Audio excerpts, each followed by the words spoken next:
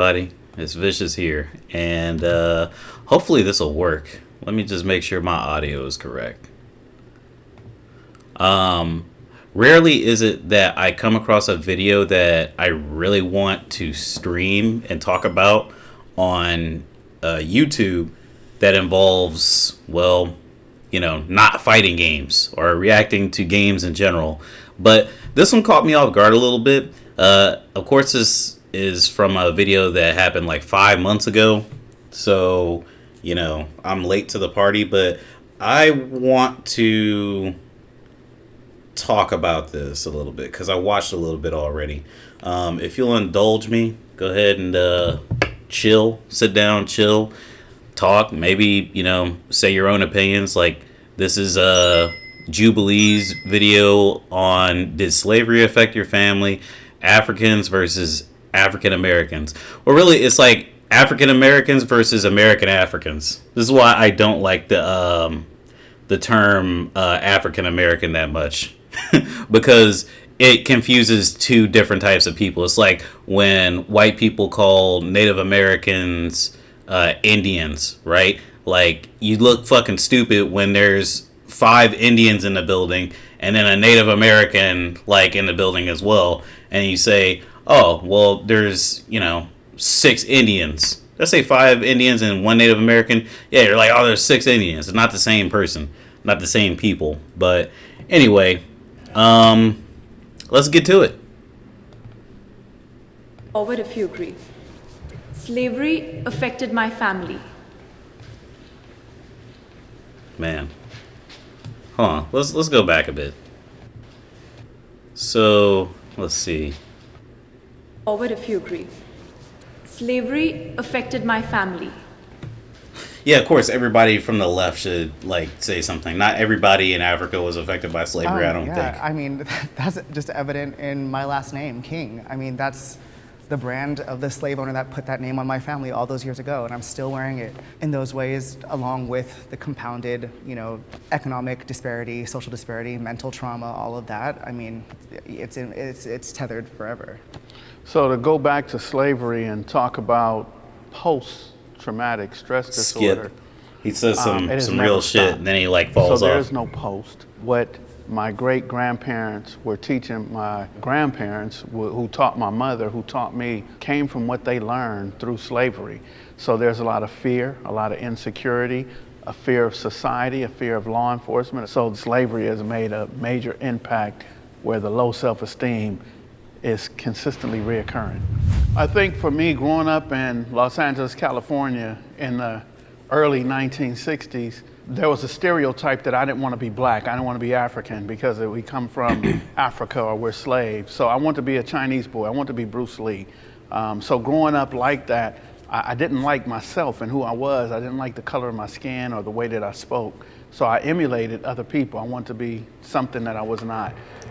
Which would later on be called something like code switching, right? When you talk like a different type of person, so you don't offend the delicacies, not the delicacies, but the you don't offend the normalized.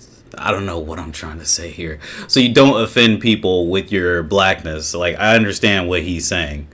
When I was younger, when I was when I was in daycare, I didn't understand color so much. So I thought we were all white, and it's weird because it's you see white people, you see black people, you don't know this stuff until somebody tells you. And when you grow up and you see white people getting certain things or having certain things, and you're black and you have those same things sometimes, and sometimes you don't. But if you do, like me, it's not like I went without. My family wasn't bad off, but there are people that just don't believe that you have certain things. There are people that think they're better than you. I remember my friend Brian, when I was in fourth grade, his mom would let me spend the night over at his place because he's told me flat out she's racist. And I seen, hopefully Brian doesn't see this, not that we're real tight friends right now, but you know, his mom looked like fucking trash, you know, and she had the nerve to be racist about anything. Like, you look like shit. Like, come on. It's very saddening when you can literally only go back a couple generations and then it's like the documents just don't exist. There's no record. It's like, you know, my family has completely been erased.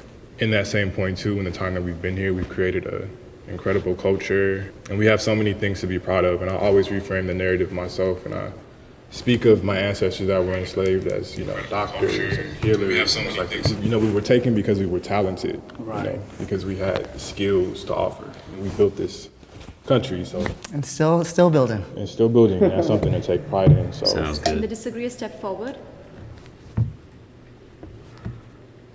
Slavery didn't affect my family, but we did suffer a different type of slavery back home. Like, we went through colonization. Like, I am Bamileke. There was a massacre of Bamileke. You guys can like look it up. They killed like more than 300,000 of my people. That's insane, man. The Bamileke War is the name of the independent struggle between Bamileke Cameroon's nationalist movement and France. The movement was spearheaded by the Cameroonian People's Union, UPC, even after the independence and rebellion continued shaping contemporary politics. The war began with riots in 1955 and continued after Cameroon gained independence in 1960. Wow. Because we didn't want to assimilate to the French culture. But it's still nothing compared to what you guys' ancestors like been through, you know? I wouldn't want to minimize that pain, though. What you just said hurt me. That 300,000 people were killed because they would not conform to the colonization of the French people. So that is just as painful and hurtful as the trauma that we suffered here in America. I can't share the same experience that you have went through and your family.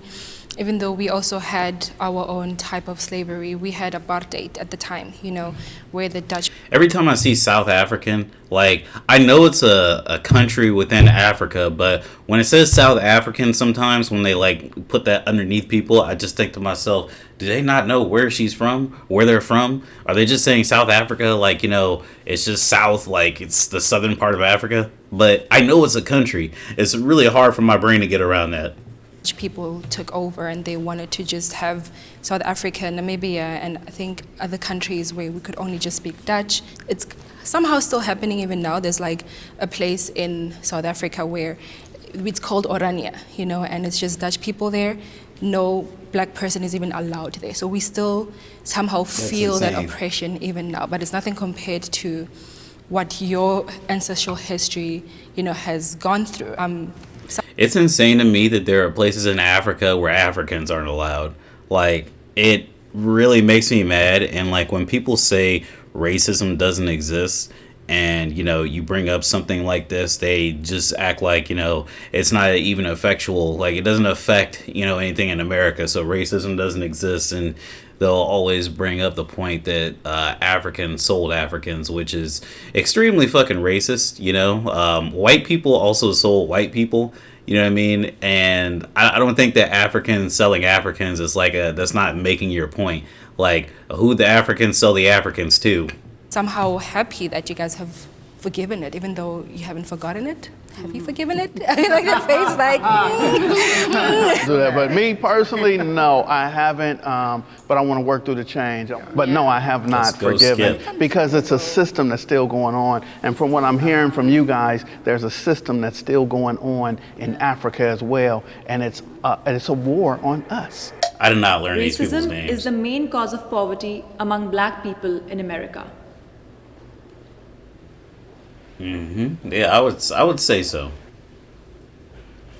Racism is a very big issue that, talking about it, I'm really trying to be careful to not like say anything that will be insensitive. If opportunity is right here, they will give it to people of other race than African American and Africans too. So if there's a job that maybe have math requirement, I feel like they'll pick an Asian person, or they believe, oh, African Americans will not dress appropriate, so they will pick another person. They will always like pick people that are not black over people that are black. And I also think, I think the crucial like missing point when we talk about economic disparity, time. Time is the most valuable currency. Yeah. And if you have like a stock that's like the American dream is the stock, and you know, during all that time, all that asset, the American dream was appreciating, and you're not allowed to take out business loans, you're not allowed to read, you're not allowed to write, you had to first fight to become 3/5 of a citizen, then you got Jim Crow, and then you got everything else. It's like you're now having to buy in at a price so high because the time is irreparable. You can't get that back. One black person today cannot, in one lifetime, achieve what generations of white families were able to do simply because. And that's true. And Kai is spitting right here. Now, the reason why I wanted to stop here is because I wanted to talk to you about like a couple of personal anecdotes. You know, I don't have anything against, you know, white people who at least aren't outwardly racist. You know what I mean? The thing about the way I grew up and like things that I hear, even to this day, as like a 29-year-old man, I'm turning 30 next month, you know, listening to how many white people, oh, my family has a farm. My family has a farm. We're from like, you know, Spain, yada, yada, yada. Like they know their history. They know how their family became wealthy. You know, their family having things like sometimes I look at it and I'm just like, man, you know what? I don't know a single black person or like, you know, a person of color who can like just simply just rattle off about, you know, farms and their aunties owning et cetera amount of land. Like, you know, when you talk to colored people like here in Indiana, you don't get that type of shit. Like nobody's family owns any land. Like they're lucky to have their house, right?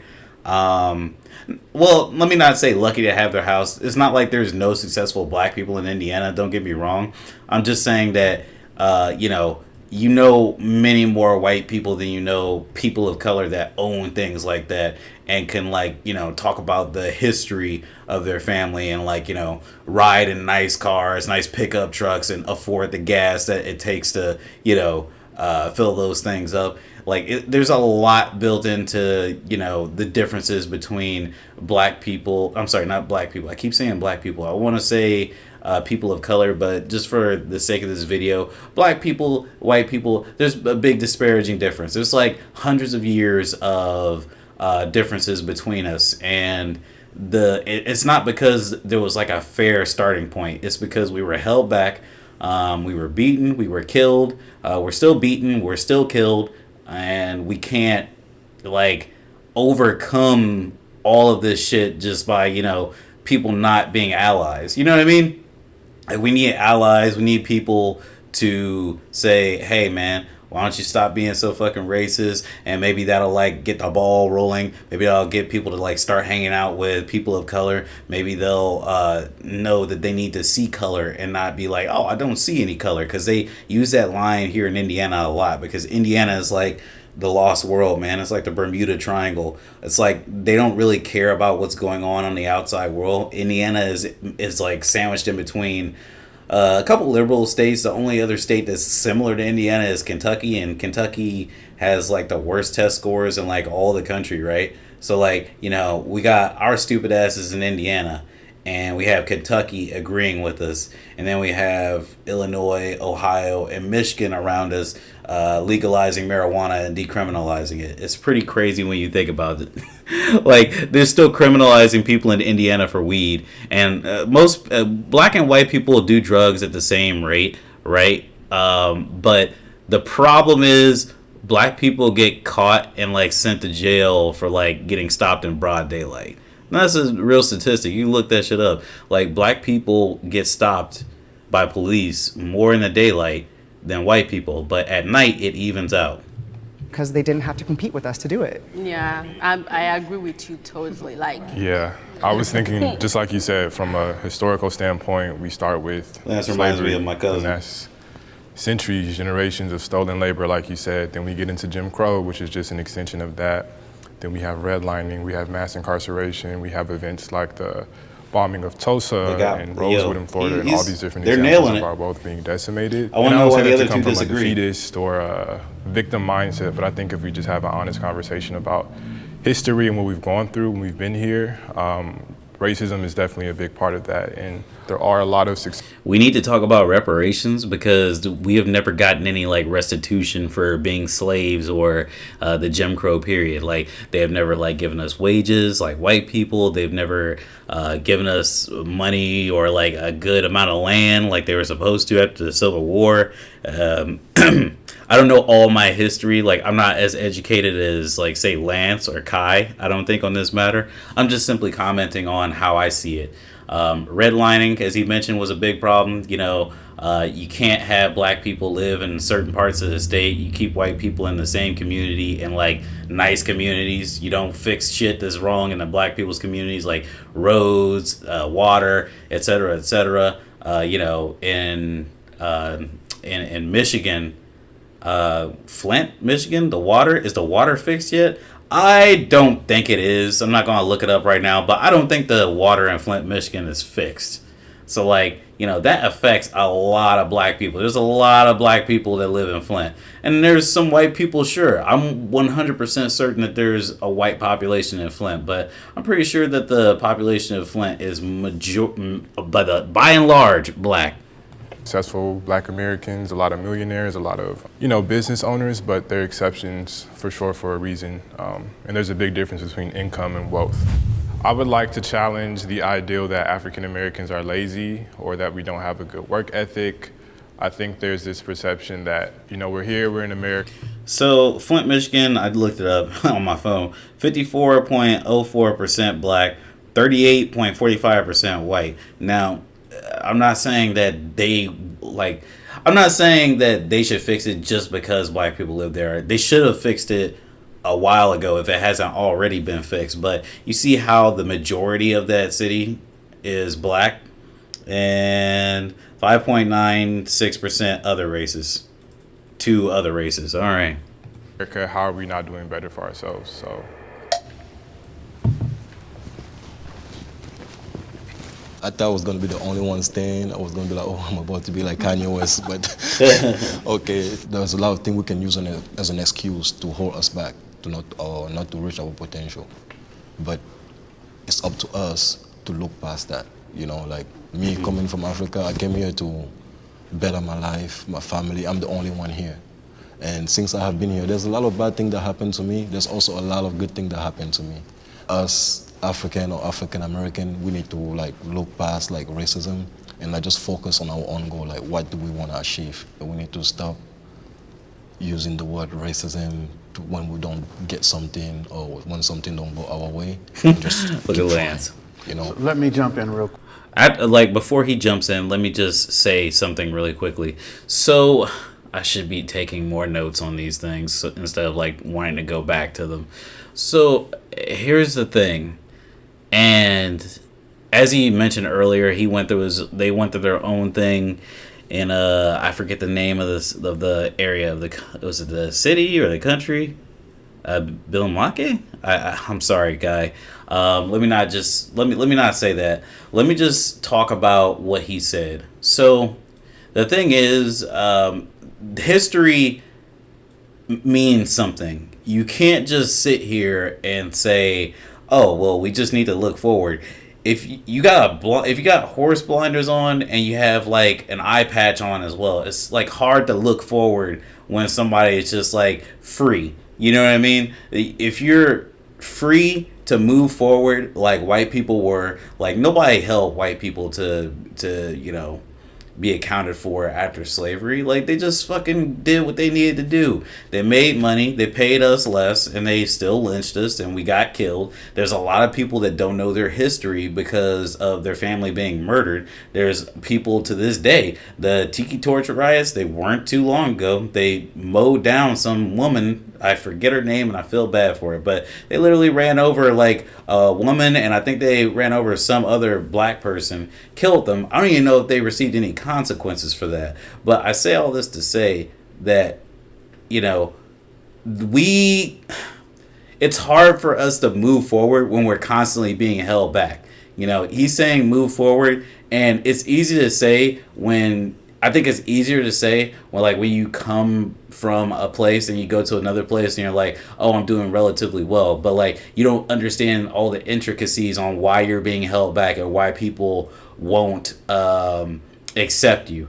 Like your hair wouldn't be accepted as like an acceptable thing at some restaurants, or like even not even restaurants, just anywhere, bro. You know what I mean? I don't think that every black person runs to racism.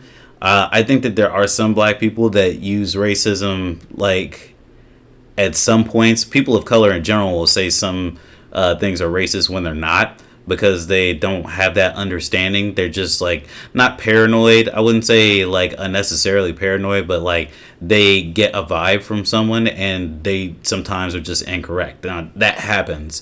But, I don't think people just run to it. Like, I could tell when somebody's trying to be racist to a certain degree, right? Like, I used to have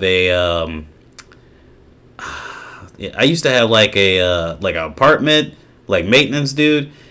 I think he was racist. I don't know if he was or wasn't specifically, but I got a vibe from him. He had an attitude, and I had to fucking cuss him out, and I had to cuss out the office person because they kept sending this dumb fuck to me with this badass attitude. I almost had to fucking throw a goddamn wrench at him, to be honest.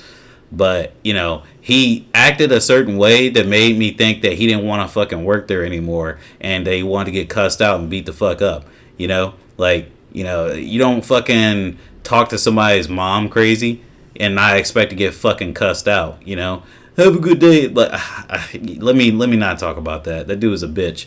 But stuff like that, indirect things. Like, he didn't want to fix the shit that was wrong with the apartment. He didn't want to like make sure things got fixed correctly. And he was white and he was bald. So like, I'm getting racist neo-Nazi vibes from him. Was he racist? I have no idea. I strongly think so, though. This motherfucker didn't want to fix anything. They didn't want to like clean things up after they got done. And I'm like a really nice, gracious fucking person until I had to snap on him. You know what I mean? Like, things like that. You got to notice things like that, and you have to realize that, this person like doesn't want to fix your fucking toilet from not being able to flush. He wants you to like sit there and not flush your fucking toilet and just have shit and piss in the fucking toilet all night. You know what I mean? There's bosses. Bosses don't want to fucking give you a raise. They think that you need to work harder for it. That could just be capitalism. But when you do more than some other people that you're working with, it could be black people, it could be white people, it could be any person of color. Like, if you're doing more and they don't want to fucking like help you out, they don't want to give you like a raise, but then you find out like a white person comes in and makes more money than you, there's some suspicion to be had there. You know what I mean? So it's not necessarily helpful to just say everything is racist, but it's helpful to notice what is racist and to like call it out and to like document these things, because without that history, you're just going to be walking forward blindly. Like, this guy, he's going to be walking forward blindly. He's going to go through life going, yes, sir, no, sir. But what he should be saying is, no, fuck you, pay me more. Quick. No disrespect, but racism exists, and I have to acknowledge it. And I can't just ignore it, but what I can do is not buy into the system. If I want to do something, let me be the entrepreneur. What I believe happened in the 1960s is that we started looking for equal rights, to be equal with other people. And what we stopped doing, and I heard you talk about Tulsa, we stopped using the black-owned businesses. Now, because you guys got to understand, the Fair Housing Act in 1968, I'm 5 years old. That's when we could move off the east side of LA and move into other subcultures. So what I wanted to do at 8 years old was go to IHOP. I didn't want to go to the ma and pa restaurant anymore. I wanted to go to, let's go eat at the hotels. So what we did is stop supporting each other and started supporting corporate America. So the racism plays a major part, but we don't have to buy into it. I don't like, all right, so this is the first thing that I'm not like the biggest fan of. So I watched some videos on this, one by Lil Bill and I think one by FD Signifier. So supporting black businesses, of course, is good. It's good for those businesses. And if you appreciate those businesses and you appreciate those people, then it's always good to support them. But, here's the thing.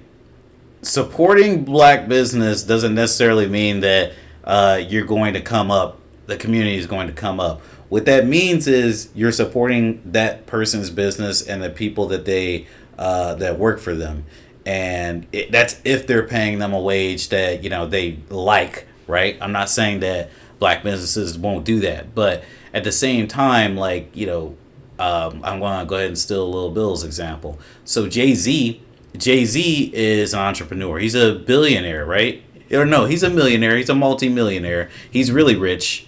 And he was going on this tirade about, oh, they call you a capitalist. They say that you I forget what he was complaining about, but basically he was just salty because, he is a capitalist, and, when it comes to sharing the money or like paying more taxes, he don't want to do that. He don't want to pay more taxes. Now, the thing that would help this country is if people pay more taxes, especially like the billionaire class or the millionaires.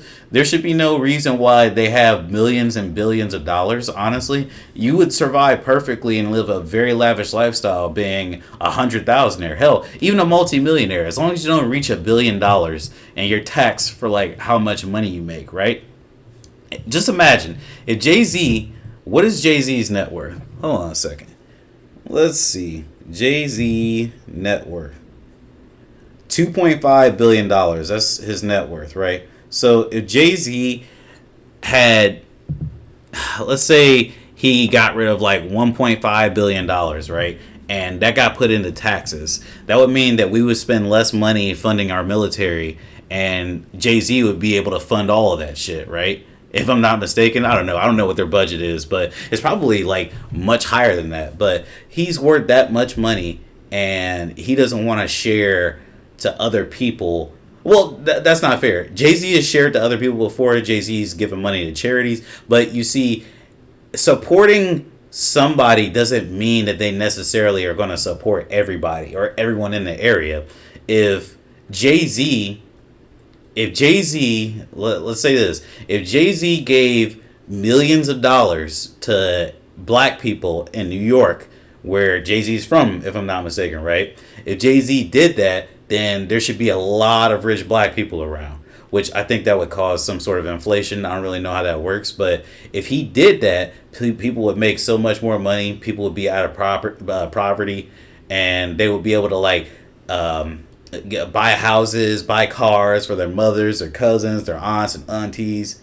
Let's say aunts and aunties, aunts and uncles, daughters, sons, etc. But Jay-Z don't do that because it's Jay-Z's money. I'm not saying that he needs to do that. I do wish that the government would tax millionaires and billionaires more, but funding a black business is not the thing that's going to get us over the line. You know what I mean? Like, I've funded black businesses before. I have not seen a dime of that money. I have not seen like any sort of upgrade in my life. You know what I mean? I've been waiting to disagree with you, my brother. I'm waiting patiently. The thing is, even though I want to disagree with you, I get where you're coming from. When I see black people talking about racism, all that stuff, I'm like, what is wrong with these people? You guys have food, you have EBT, all this thing, and you're here shouting about somebody is racist too. Just leave that person and move on. I feel that way. Like, why are they always like complaining?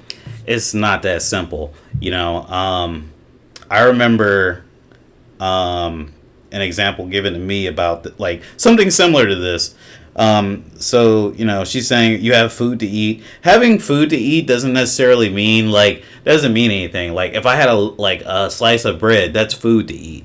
You know what I mean? There are homeless people. There was a homeless man killed recently. Jordan Neely was murdered by some fucking racist. Let's call it what it is. He's a racist murderer. Jordan Neely wasn't doing anything to harm anybody on a subway, and he got choked out. He had no food, right? He had no food, and he was saying that he had no food. He had no place to stay, and, he was ignored until he was murdered on a subway. Now, when we're talking about racism in the United States, we're talking about acts like that. And the thing is, the police acted like they didn't want to arrest the guy. They were upset that they had to do it, because they killed a homeless person. Now, it was a homeless black person too. But, you know, if you come, I'm not saying that she comes from this, but if you come from an area where, you know, you're not having that much food, there's scale to consider. If you don't have that much food and your country doesn't have that much GDP, I think it is, or money, then there's a problem going on in that country that does need to be solved, and I do hope gets solved. But when we're looking at the United States of America and we're looking at how rich it is, United States of America is the richest country on the planet, right? So why are there black people that are poor? Why are there minorities that are poor? Why are white people making so much more money? And why are God, there was another thing. I don't know why. I just forgot about it. But why don't we make as much money, and why are we dying? Why are police officers killing us, you know, at an accelerated rate? You know, there's no reason for it other than racism, you know? But when Black Lives Matters started happening, like, I sat down, I said, I need to actually know why these people are pained. And if we look at the history, what they've done to them, like if you actually sit down, watch some documentaries, how they were maltreated, I don't think if I'm actually born, I will forgive those people. I don't care. It's easier for us Africans that were raised in Africa to feel like they're complaining, because we were raised through struggle. Like, I barely even have water, and you have water, you're complaining. But then it's not about the basic necessity or about how we are raised. We are raised like, I don't want to say way better. We might not have resources, but there are some way, like our own people will not look down on us or put us behind. So it's in they're nurtured that way. Like, they just can't overlook it. And if you sit down and watch everything that the forefathers have been through for real, I changed my mind. No, they need to be angry. However, they should still move forward. I mean, we can't move forward until we're on equal footing with the dominating the dominating institutions of power. Let's just say that. Like, until we're on equal footing, until we have more money, until we're like not killed at until, you know, double the deaths of black people is like cut down to like the same rate as like white people, like, we can't move forward. Until we have reparations, I want to say too, we can't move forward. We still haven't gotten what was promised to us. How can we move forward? Like, they fucking scammed Native Americans out of their land, and they scammed us out of like getting provided an equal opportunity in America. we have police brutality back home too. True. We have, like, if you go to Cameroon and then you see how that police officer treat us, and they're black just like us, you're not even gonna believe it. You know, and in Cameroon we have this. Have you guys heard of the word like tribalism? So yeah, it happens in Nigeria. So we do get oppressed too. And I agree. so when I'm saying like we need to like look past that, I'm not saying forget what happened to you guys or me. At the end of the day, we cannot just sit and just grieve on the past. We have to be able to move on, but not forget. If I could choose a place to live, it would. I can't forget what's going on right in front of my face. I remember, and I tell this story all the time, I remember like trying to run home in the rain after getting some groceries with my friend and his nephews, and, you know, the police officers stopped us, you know, and we just, like, they stopped us, but like we were like, nah, just keep walking, because, you know, it's raining outside and they're trying to stop us, and we got grocery bags in our hands. Like, they look fucking stupid. Like, we know why they're doing this. Obviously be my country. I love my country, but right now, my country is not the best choice for me. There's a little genocide going on in Cameroon right now. Don't call it a little one. Innocent life are being taken. If I was still in my country, the opportunity that I have here, I would not have those opportunities there. Hip hop reinforces stereotypes about the black community.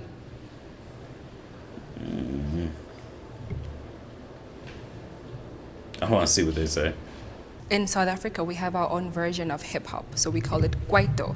So they would rap in our own language, we call it vernac. So back home, it kind of did reinforce some stereotypes, because now when you go out in the world, people will just classify you under one group. And growing up, also looking at American entertainment, looking at the hip hop that's done here, I'm like, oh, well, you're rapping about drugs, you're rapping about this. Of course it's going to happen. Of course you're going to go to jail. But getting older, you see the culture as well of hip hop. I had to understand that there's a culture within that. I was alive when hip hop started, and it was Oh boy. it was during a time where people rapped about what they saw, what they wanted in life. And then it became where people rapped about what they had been through, what they had gotten over. You know, used to sell drugs, used to hurt people, but now this is who they are. And I think it's gotten into now, and in our day and age now, it's where people are glorifying and wanting to pretend that these are the things that they do on a daily basis when it's not. So it went from storytelling to now really it's truly storytelling, but it's unhealthy for our culture. I don't agree with that to a certain extent. Like, of course, there's people that are fake and like talk about stuff that doesn't happen to them. But, you know, that happens like all throughout history. You know what I mean? All throughout history in music. Now, saying that they are just trying to glorify it. Now, yeah, there are some people that glorify it. There are people that glorify using drugs. There are people that glorify, you know, fucking a lot of women. There's people that glorify like all sorts of things, like the lavish lifestyles of, you know, being rich, etc., etc. Now, I'll say this. I don't really listen to hip hop like that. I stopped listening to hip hop a long time ago, honestly. It's not because I'm pointing my nose up. I just get tired of listening to people talk, honestly. I used to listen to a lot of 3 6 Mafia, Project Pat, you know what I mean? And that was like my main thing. I didn't really listen to anyone else. You know, that was enough. A lot of those guys are pretty talented, especially Juicy J, DJ Paul. Yeah, like that's all I listen to, and I just don't feel like listening to anything else. I hate words. I listen to game music now, and anything like vaporwave, anything without lyrics, because I just hate listening to motherfuckers talk because they talk about things that I'm not into, but they just say it in a cool way, and it's just like, yeah, you know, I like it, but at the same time, I'm not about this life, so, you know, whatever. I don't want to on my radio and all I'm hearing is, I put a bullet in it, something. Like, I'm like, eh? That's what you people do? No, like, sorry. And then it's like, it's all about like, talking about female body type, the booty, the thing, like don't talk about my booty like that. So I don't want to listen to something that portray me as a female that way, or something that is talking about how you put bullets in my head. Like if you actually do not. Well, yeah, that is something that I feel like, you know, that's a good point. Hip hop is like super misogynistic and super homophobic and super transphobic. Like, you know what I mean? Like there's a lot of things wrong with hip hop because of like the way it's gatekept. Like at a certain point, I think, you know, it might change, but I don't think it's going to change anytime soon. Like, you know, Lil Uzi Vert is non-binary, and I think that's like the most, like that's the most that we're going to advance at this point.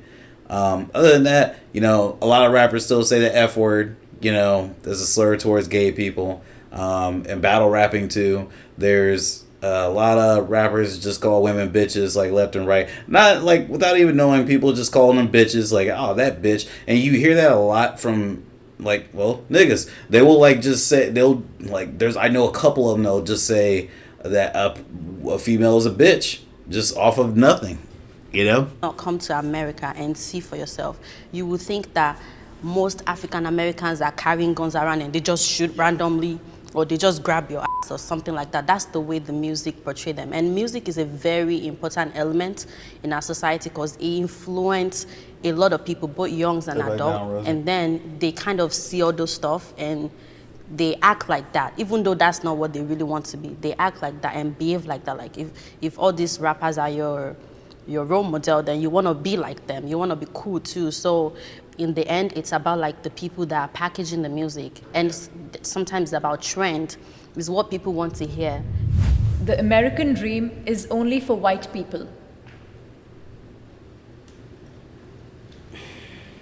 Complicated. I believe that the American dream is only for white people because it says equal.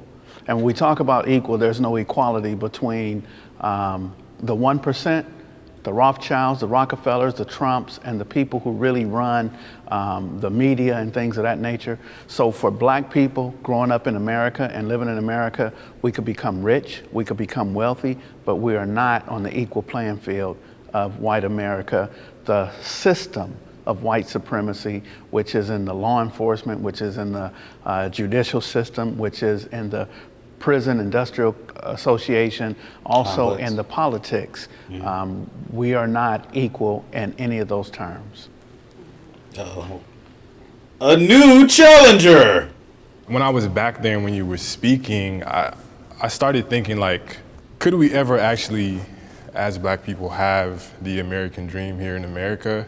And I don't know if we really can, I'm trying to be careful with my words, but I do think there needs to be a degree of separatism. Like, black people, we really need to have our own to fully take part in that dream. This is their system. Yeah. Why would we dream of being equal in a system that wasn't designed for us?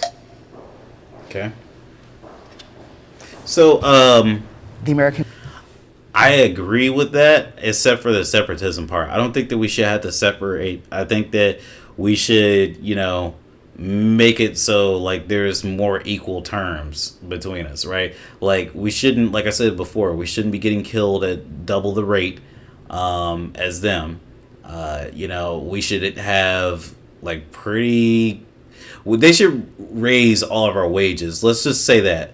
All our wages need to be raised to like above $20 an hour. Like I just got a fucking oil change today, and I got a new air engine filter or whatever, and that shit costed $100. So back a couple years ago, that shit would have costed me like $70, bro. It's $100 now, and I need a raise. Like I just got a raise, but I need a raise. I need to be making $23 an hour to meet my goals. I'm going to school. And I need more money to go to school. I need more money. I gotta, take care of one of my relatives. They're getting a knee surgery. I gotta take care of them in August. I'll be out of commission for like 6 weeks. I'm gonna be missing some money, but there's no like system to keep my money in check. They'll tell me to withdraw from my 401k, withdraw money for my retirement. Like that's fucked up. Like. We need all of our wages to be raised, not just colored people, but everybody. And we need better social safety nets. And honestly, she's fat as hell, man. I mean, in a good way. But honestly, I just looked at that.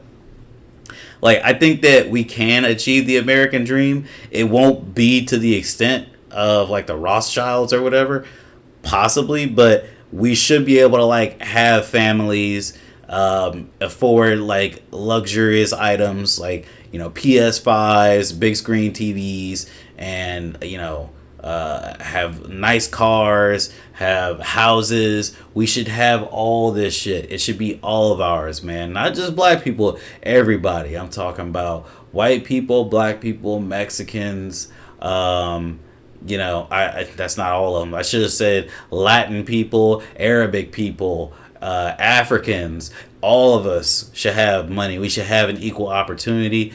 Mom and pop shops, we can support them, but there's no guarantee they'll support us back. Dream, at least the way that I define it, is, freedom of opportunity, freedom to choose what I want to do, freedom to acquire wealth the same way that anybody else can. Obviously, we're fighting the tides of time on that and our circumstances, but it's hard because it's hard to honor that, tonight. But then also want more for myself. And I think that as black people, we're always teeter-tottering on that line of like, well, am I American? Like, do I get the American dream, or do we just tear all this down and build something new? White people are not the only people entitled to the American dream ever. Yeah. And I think that that's why we're all here, because our ancestors made it so that we can stand here and pursue that American dream. I wouldn't have been here if it meant that it was not for everyone. I wouldn't have even entered America. I feel like not just African, but other people as well in different countries. And from what I have seen, I've seen other people, even Africans and African Americans, succeeding in their own way. And that's why I feel like you said, you can interpret the American dream in a different way.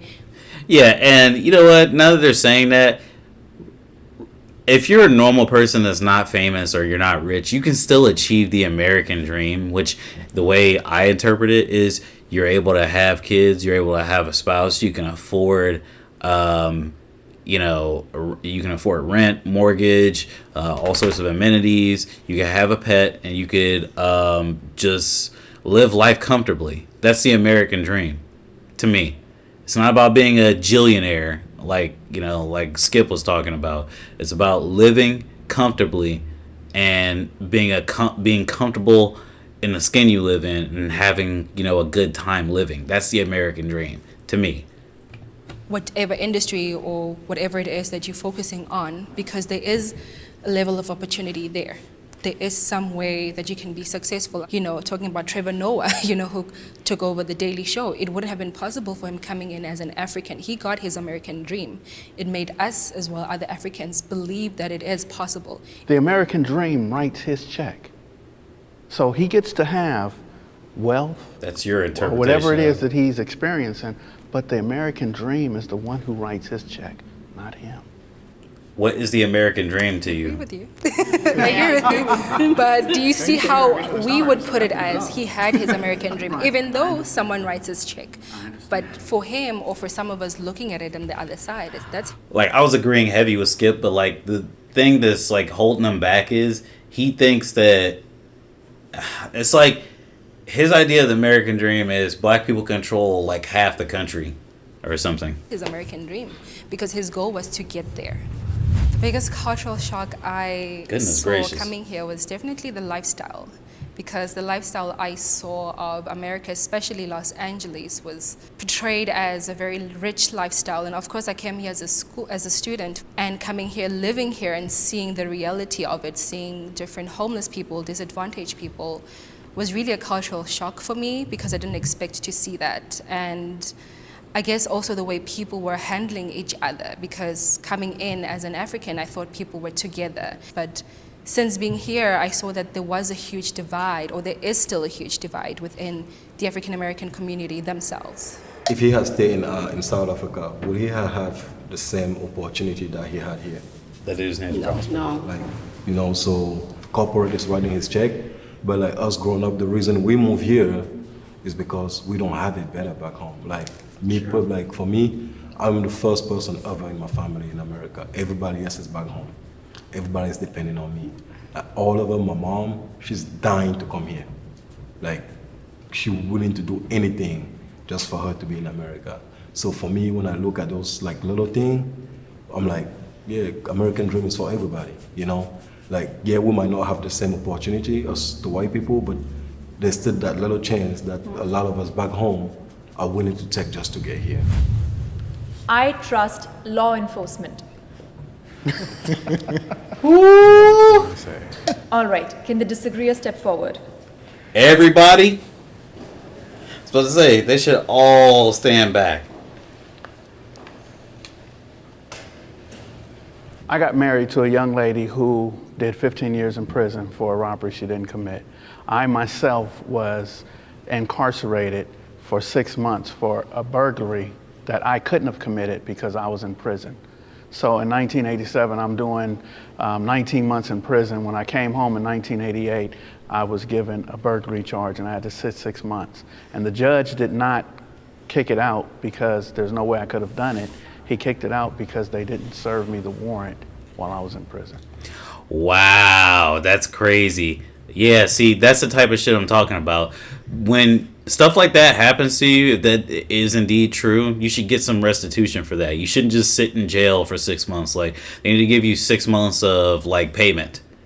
Hey, you fucking idiot, you got it wrong, so you gotta give me my life back to a certain degree. Not even 6 months. Give me a full year's pay so I can figure out what the fuck I'm gonna do with my life. So I don't trust them. They lie and they do things, and it affects our people. So many people I know who have been wrongfully arrested, wrongfully convicted, and they actually lie on the stand, so there's no trust. As you guys know, I am from Richmond, Virginia. It was the capital of the Confederate. I have been brutally abused by the police there. Personally, I was at the river on the 4th of July. So how could you, say that racism isn't, a thing that affects us? I don't smoke. I don't do none of that. The police come and arrest me because I look like a drug dealer. They arrested me. Because you look black. Yeah, then when I was in high school, my senior year, my father went to jail over a car accident. a car accident, and I was left alone at 17 years old. I was grateful. One of my teachers took me in and like raised me. I try to stay away from the police as much You as was possible. raised. First of all, they're human beings, and I think that just because you put a badge on doesn't magically bewitch you with like integrity and a desire to actually help the people around you. I think a lot of times police culture comes from police families. It comes from like legacy lines and this whole like kind of like culture about stuff. I mean, I don't trust them any more than I would trust any other person. They haven't earned that necessarily, especially not as an institution. In its purest form, I think it's necessary, but they have a lot of living up to that to do and to make up for if they're gonna be trusted. I've seen law enforcement here on social media and seeing how they treat people of color, you know, from like hitting them. I mean, George Floyd, you know, rest in peace. But just seeing that from my experience being here, I was scared, you know, like every time I'd see a cop pass by, I'm like, okay, I better make sure I'm driving okay, you know, because I don't want to be stopped, or make sure you're not in any harm's way, you know. But it's sad to feel that pressure every time you see a cop going by. And even if they trying to help, but I wouldn't even want that help because of what I've been seeing on social media, you know, and also seeing the case of people being wrongfully, you know, taken to prison. That's like unfair. Like, what type of research are you doing before you arrest people? And I immediately thought about the history of the police too, just tracing that back to slave patrols, which became our modern day police departments. And Oh, the fact that like if you have a felony, you can't vote. Like that to me is like, talk about the loss of the American dream. Like you are a citizen of this country, you should always have a right to vote. We are obsessed with race in America.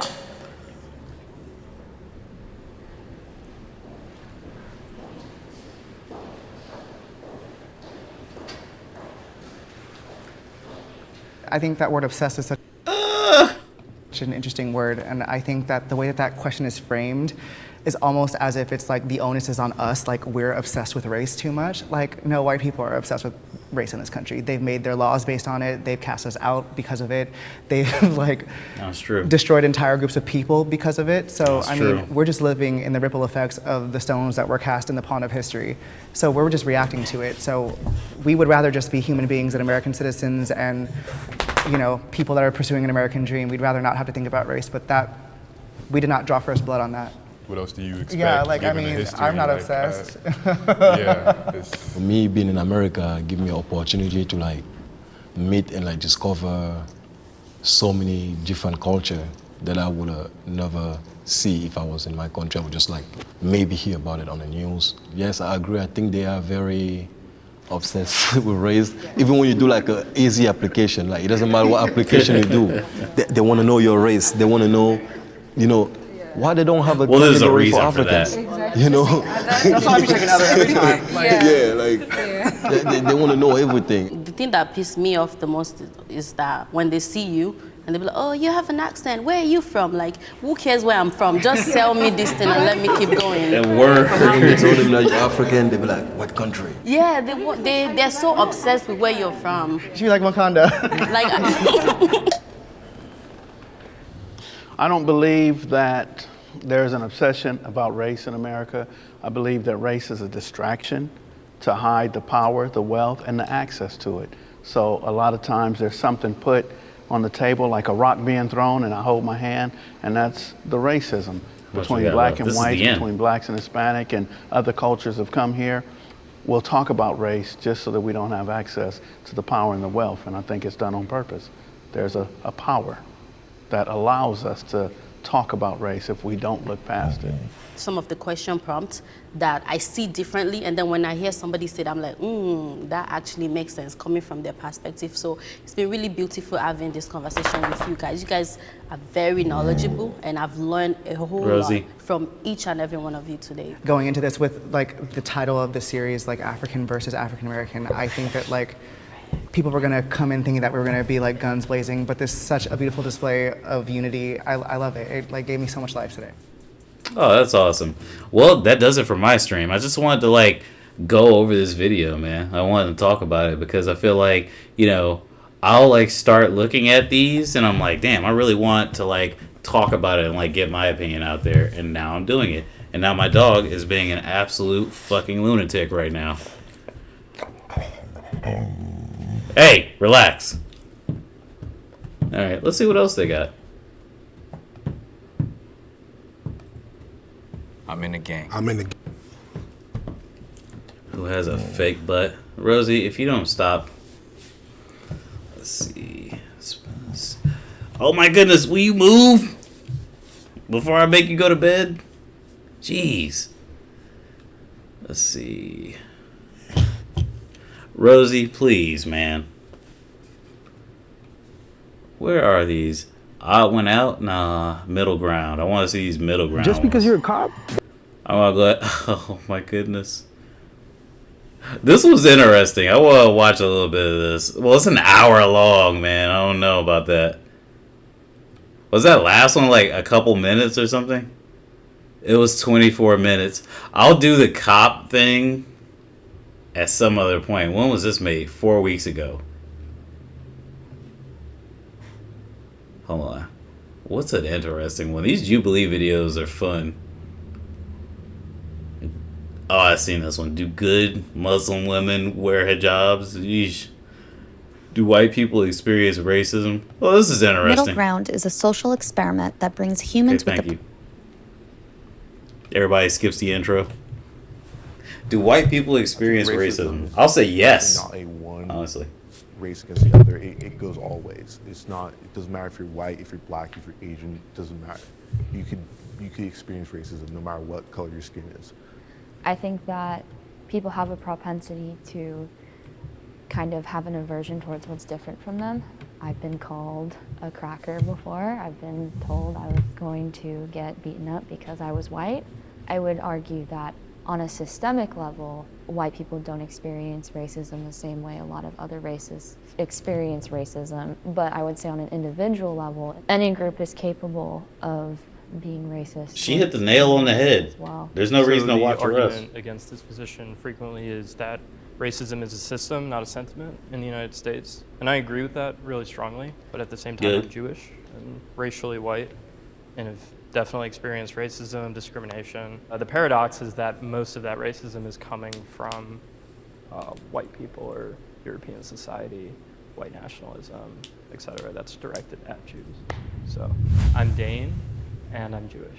I'm proud of being Jewish and being connected to an ancient religion and culture, but I'm not proud to be white, I would say. White privilege, I think, is an aspect of American society. I think it exists. When I go to a job interview, I don't have to worry about my hairstyle or the way I normally speak or my name. And that's something perhaps a black person would have to worry Oh, he's about. trill. Can they disagree a step forward?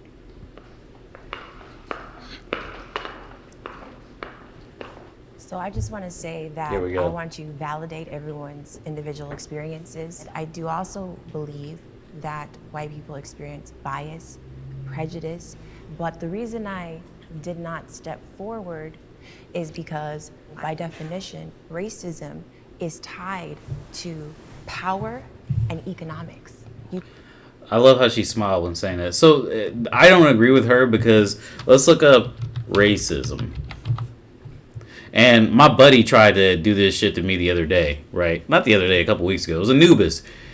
He said you can't be racist because the dictionary definition by Oxford says that you can't be racist. But Oxford's definition of racism says prejudice, discrimination, or antagonism by an individual, community, or institution against a person or people on the basis of their membership in a particular racial or ethnic group. Excuse me. Typically one that is a minority or marginalized, right? Now it says typically, but that doesn't mean all the time. You can be racist towards somebody even if it's not a typical minority or marginalized group, you know? And you can be a white minority in an area. Like, people don't understand that. You can be a minority in a black school. You know what I mean? If you're white and you're in a school that has a lot of black kids and, you know, it's only like 10% white people, you can be discriminated against.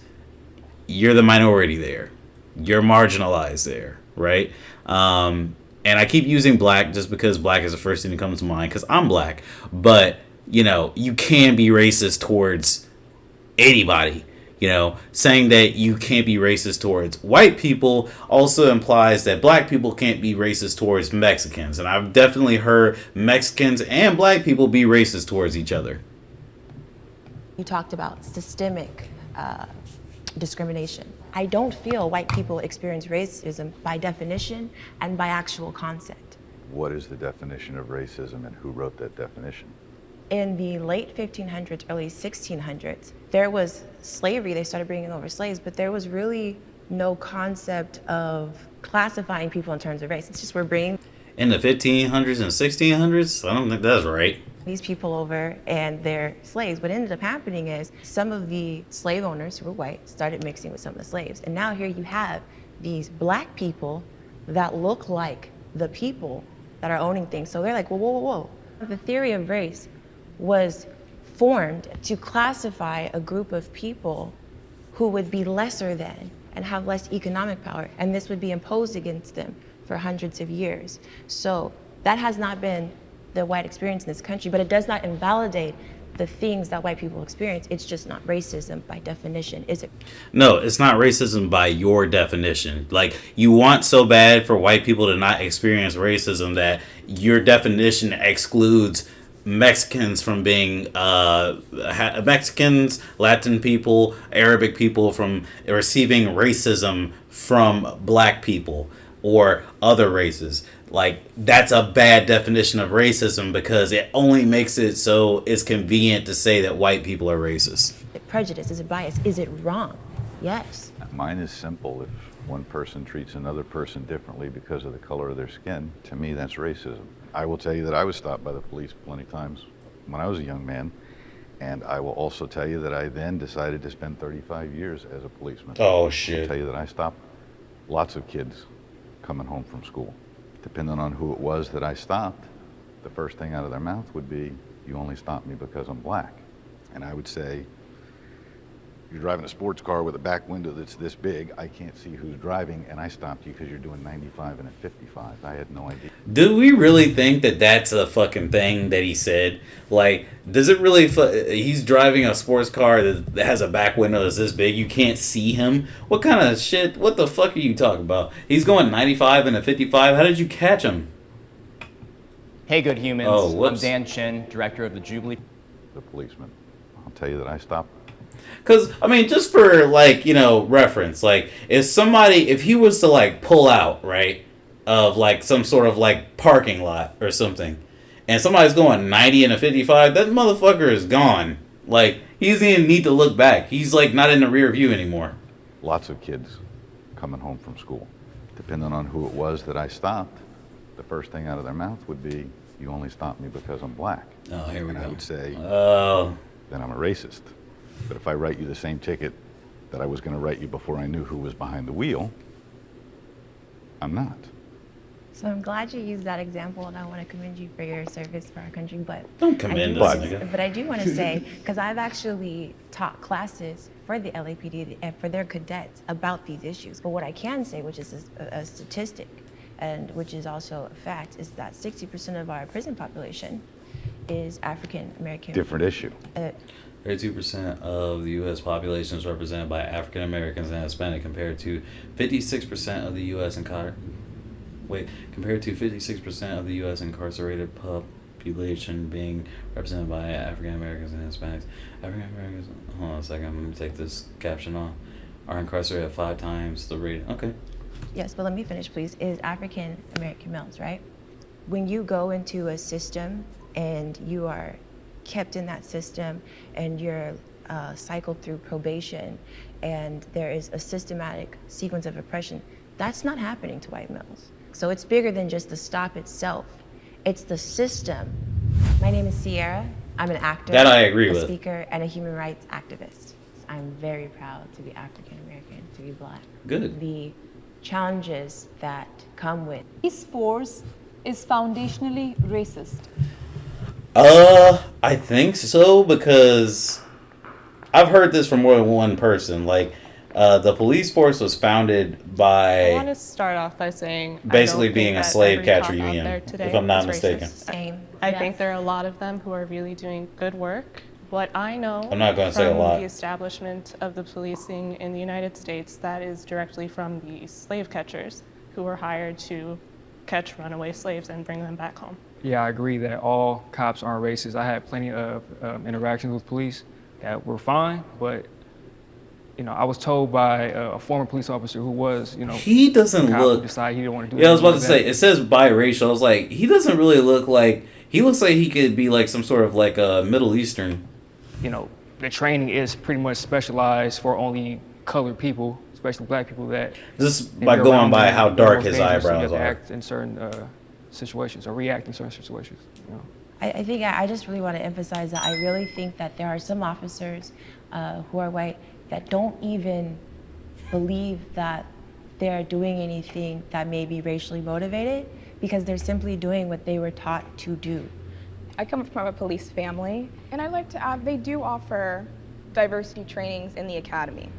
So either it needs to be more extensive, or maybe we need to take it a step back and Guys fix back there the charging selection up. process. He's like, what can I That say process to could be subvert inherently racism? Racist. Hello, my name is Nia, and I am black. I'm proud of my race because when I look back historically at what people of my heritage These have women gone they got through on here, and just man. where we are now, it's remarkable, and it definitely pushes me to continue to be resilient and innovative as they were. Okay. Oh, this is 29 minutes and 55 seconds. We got time. Historically, people formed groups, villages. Some people were Oh, shit, hunters, I'm getting some vertigo. people were farmers, and then you had Ugh. whoever was going to protect the group. Fuck. And over hundreds of years, thousands of years, whatever it is, that's how we wind up having cops, firemen. Look at her face. It army says everything. committees. Community policing I as love a you, theory Rosie. is a good idea. As a practice, it has some hiccups. When I show up at your house because you and your husband got into it and he beats you up and I'm friends Rosie, if you with try him, and bite me one more time, it's not so going to end do well I for want you. to take him to jail. Ugh. He's my friend. Shit. Or I live in the Vertigo. same neighborhood and I go deal with some guy who's a really bad dude and he says, I know where you live, I know where your kids are. So to some degree we have to have a little separation. This is going to get into a hot button topic, but I will tell you that, when I watched the horrible video of George Floyd, I will tell you that I can justify many of the things that happened, but I cannot justify 9 minutes on his neck or back.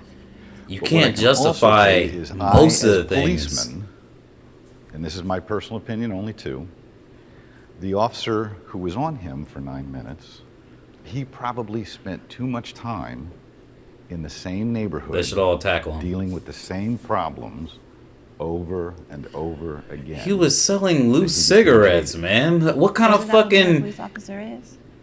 Let's go. It's a social That's the service job. job. And you're Yeah. assigned to that district or that community. Yep. But I think you need to move around so that you get to see other things. You don't become that jaded. The police, no matter what your race is, we have to be integrated all together with the community. And it doesn't have to be community policing, but we all have to understand each other more. I think cultural competency would be very helpful. Like, that's my issue. Whether or not I don't want the to go to work foundations tomorrow. I of just the want to police stay force home and walk my was dog. or still was racist, now we can Oh, change that, shit, but this it starts vertigo, with man. cops. Like, at the end of the day, it's the bad police officers that are our issue. Not all police officers, but the bad police officers, we need to vet them out, and the good police officers, we need to, encourage them to be amongst the community. How do we vet them out? By making the police unions accountable, because I feel like that demographic Yeah. of officers, Honestly. they're actually making things a lot worse for the other officers that are actually just trying to Absolutely. do their job. At least he I think agrees that with we that. need to get some type of real accountability. motherfucker's I don't like, think the I police should could be policing themselves. Agree So with a couple when of things they did, but I cops can't aren't agree with doing 9 minutes. I according can to only oath, agree with 2. They can be properly removed instead of getting all of these passes. The bad police officers, I hate the term like the bad apple. It's like, no, you're a faulty grenade. Like, you're ruining your whole department reputation. I feel like I was held up to higher Faulty grenade. standards working at Whole Foods sometimes. The women they have I on got here, man. 3 chances out, but like Derek had so many 17 reports before George 17 Floyd. reports. It's like, get him out of of there. What are you guys doing? That's Do you fucking think police insane. officers, and I genuinely am curious, do you think they should get paid more? I think police officers should get paid more. I also How much think do police officers should make? do less. Why do I get sent to all of the mental health cases? Why do I get sent to all of these things? Now, I'll tell you why I get sent to them is because we'll stop sending the police. Okay, so you guys can see that on the screen, right? So just to let you know, so a police officer in Indiana can make all this money. Hold on a second. I'm trying to see. Let me get my city. Because this isn't my city. It's fucking... Hold on a second. Police officer salary in Alexandria.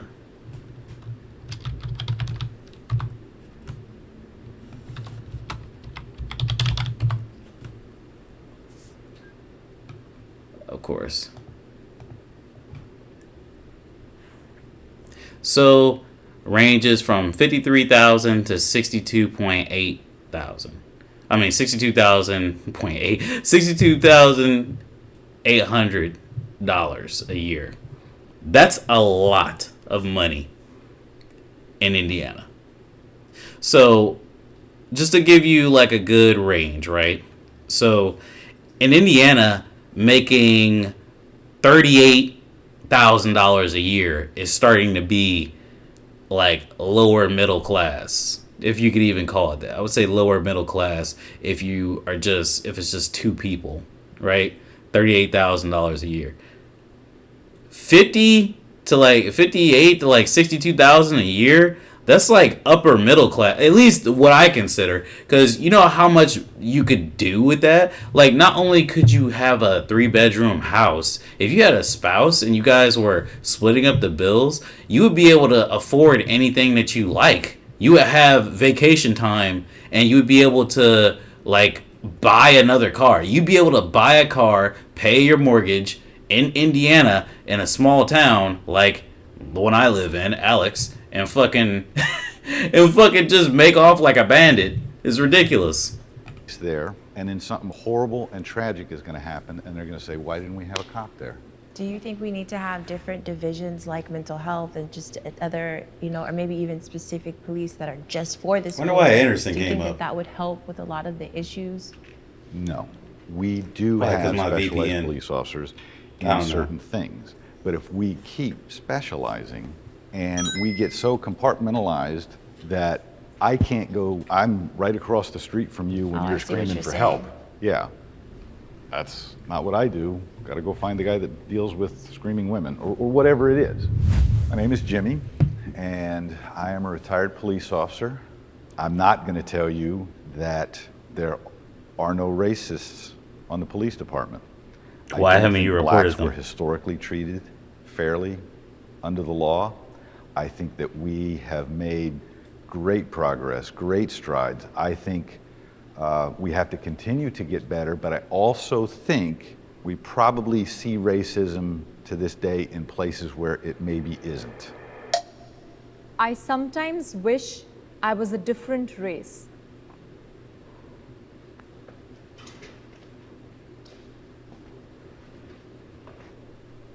I'd say not so much these days, but definitely 100% when I was a kid, I wish I was white. I grew up with my white mom. I didn't see my black side of my family after a certain point. I grew up in a small town. I was often the only student of color, definitely the only black kid. And I had this kinky hair. I couldn't figure out how to work with it.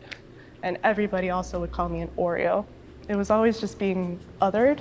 And so being a kid, Yeah. You just want to fit in. And for me, I wanted to be white. I just wanted to look like my mom, wanted the nice straight hair. I just wanted to feel like included. Yeah, I remember in elementary school, I was thinking, no man is ever gonna like me because I freaking look like this. And I was Okay, thinking, guys, hold on a second, man. I gotta take my dog out. 1 second.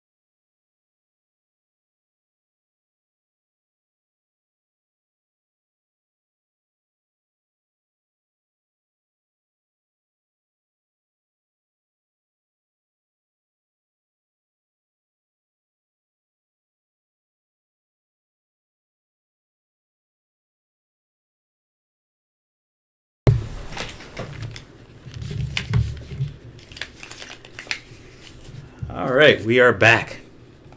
Hating my hair because as soon as puberty hit, it was just, it just blew up, and people kept on asking, do you even need a pillow to sleep at night? I'm like, I can't stand these questions. I can't do this. I'm Jordan, and I am biracial. I think being biracial is definitely like living in the in-between, because culturally, yes, I grew up white and I completely know that. Like, I was raised by my white mother, but then there's also a part where race is perceived, and it's what people put on you and how they respond to you. Let me say this. I'm sad that she had to grow up this way, but at least she's like grown up knowing that, you know, society is biased towards her in certain ways. Because there's a biracial person I know at my job, and she fucking loves white people. In your everyday life. Because she hates her fucking black dad.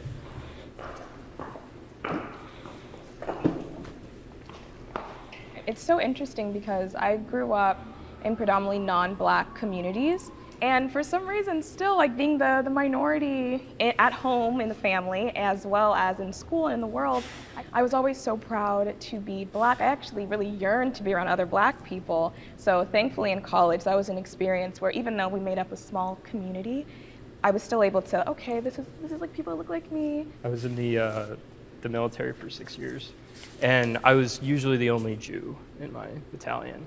And I think that isolation produced a sort of pride and understanding of who I am and where I come from. So I have never wanted to be anything different than what I was, but that's because I really never thought about it. Look at her laughing. To your all's point, maybe, I don't know, but maybe people treated you that way because there is this sense of wanting something that I haven't ever had before. I'd love to have a Lamborghini.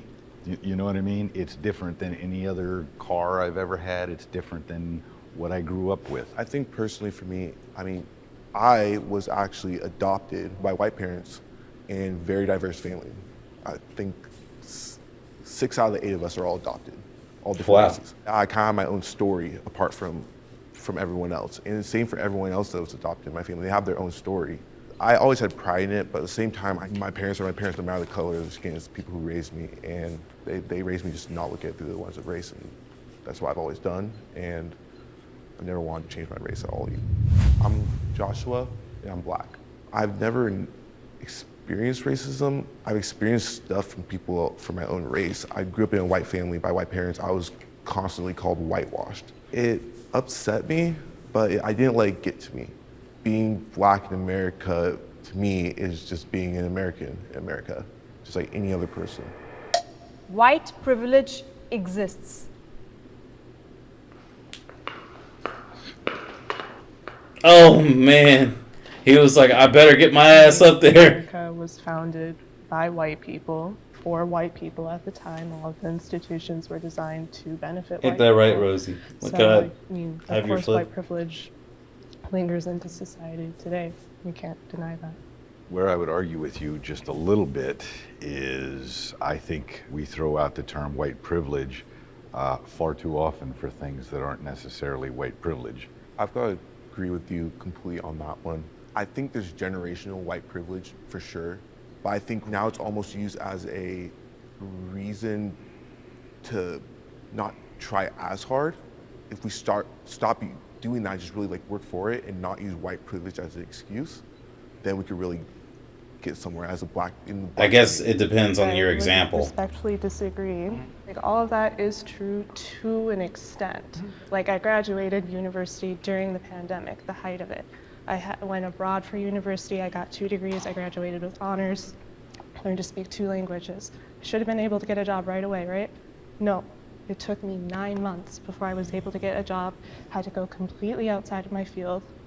But then when I looked at all of my white colleagues who were in my program, all of them were hired immediately. I need to introduce you to my daughter. She's white. Took her a long time. And I'm not saying that. I'm saying just I hate this shit. Like, what are you arguing, man? Like, okay, it took your white daughter a long time, sure, but did you not just hear the example that she said about her white colleagues getting jobs before her? And that is white privilege. You have the privilege to say, hey, I have this anecdote here. I have this anecdote here, and you know, it matches you. So like, obviously your what you're saying doesn't exist. But anyway, yeah, so like there's plenty of examples of white privilege. You know, I had a job, the job that I work at now. I've been working at this job for the past 8-9 years, and the person that I referenced to the job that I work with at my previous job before the job that I'm at right now, he's been there almost the same amount of time. He came like several months after me, 3 or 4 months. So I've been in several different departments, and he's been in 2 departments, and he became the supervisor, right? Now, me being in several departments, right? We started off in the same department. I went to another department, got paid more. I went to his department later, got paid a little bit more. Went back to my old department, got paid even more, right? Now, you would think, oh, well, I'm just getting all these raises. No, these are just cost of living raises that they forget to give people, right? So all this is happening. I'm making a little bit more money than him, but he's a supervisor, right? So they gave him a much bigger raise when he became a supervisor of the department that he was in. But again, I was in that department. I went to another department. I left the company and I came back. They promised me a certain amount of money. They didn't pay it to me. Guess what this dude makes at the end of his cycle there? Because he got another job. Guess how much more money he makes than me? Like I think it's like 10 or 15K. Why don't I make that money? Is it because I'm not the supervisor? Well, what about all my experience and all these things that you guys had me do? You had me come in on the fucking weekend. You had me come in when nobody else comes in, but you don't pay me as much as him because he's a supervisor? Doesn't make any sense. I'm a part of a department that makes the company more money, and you're going to pay him more. Why is this? Is because he's 40-something-year-old white man, and I'm just stop doing that to my socks, Rosie. But is it because he's a 40-year-old white man, and I'm like in your eyes like a kid, like a black kid? Like, come on, man. Like, you gotta give me like a better Rosie. Get off my sock. Sorry, she's like eating my sock. But yeah, is it because, you know, he's a 40-year-old white man and you see him as like somebody deserving of that money? Like, what is the deal?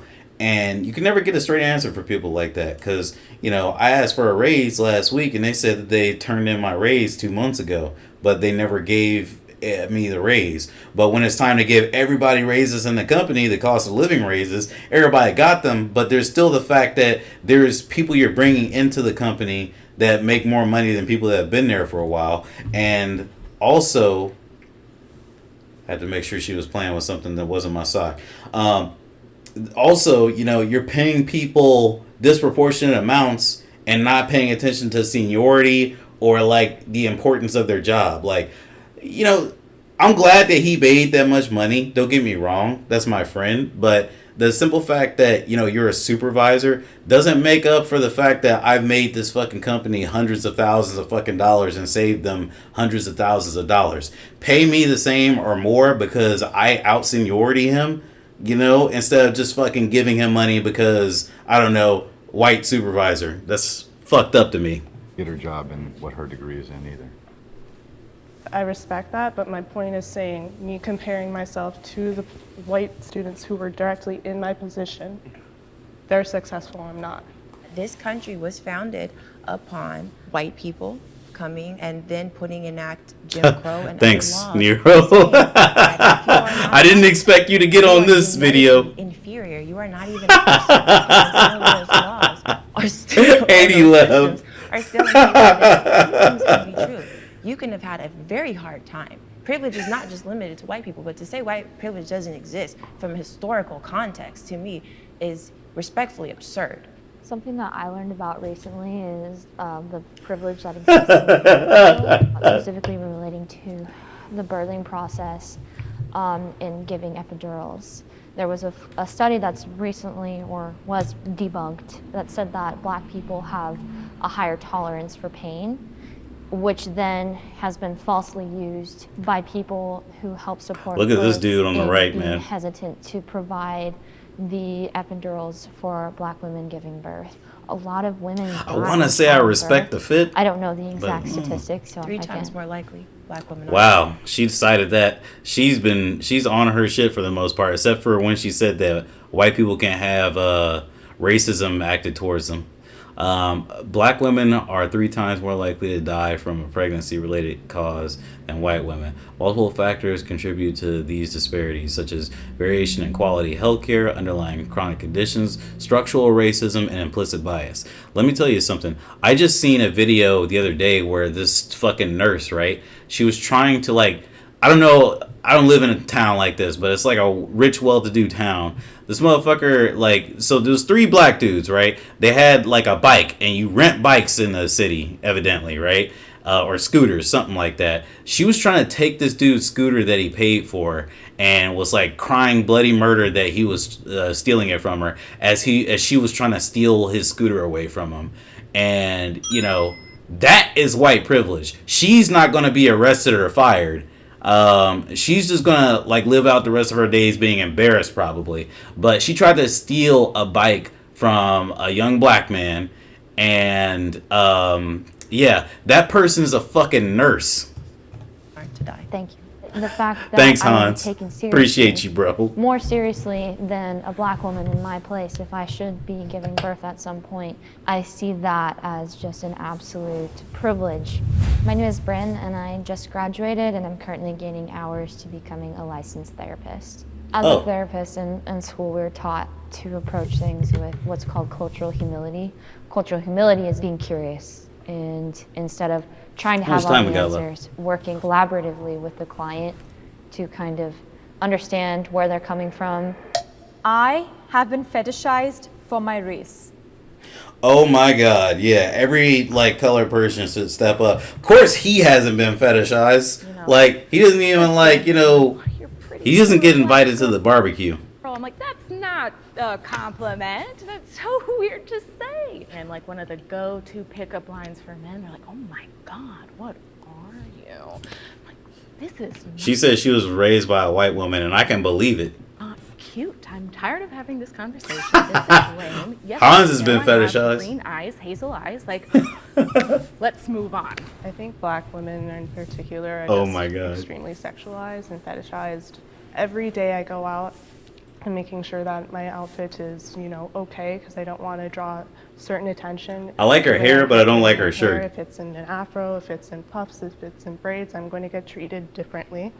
Yeah, every single day something happens. So there's a form of positive anti-Semitism where Jews are perceived as like being put together, coming from money. Hans says, yeah, he has. I know you have, you dog, you. What did Vegeta say to Goku when he turned Super Saiyan? Kakarot, you dog, you did it. But the rest of the series, he was like, how could this clown become a Super Saiyan? I'm sorry, I'm getting off track.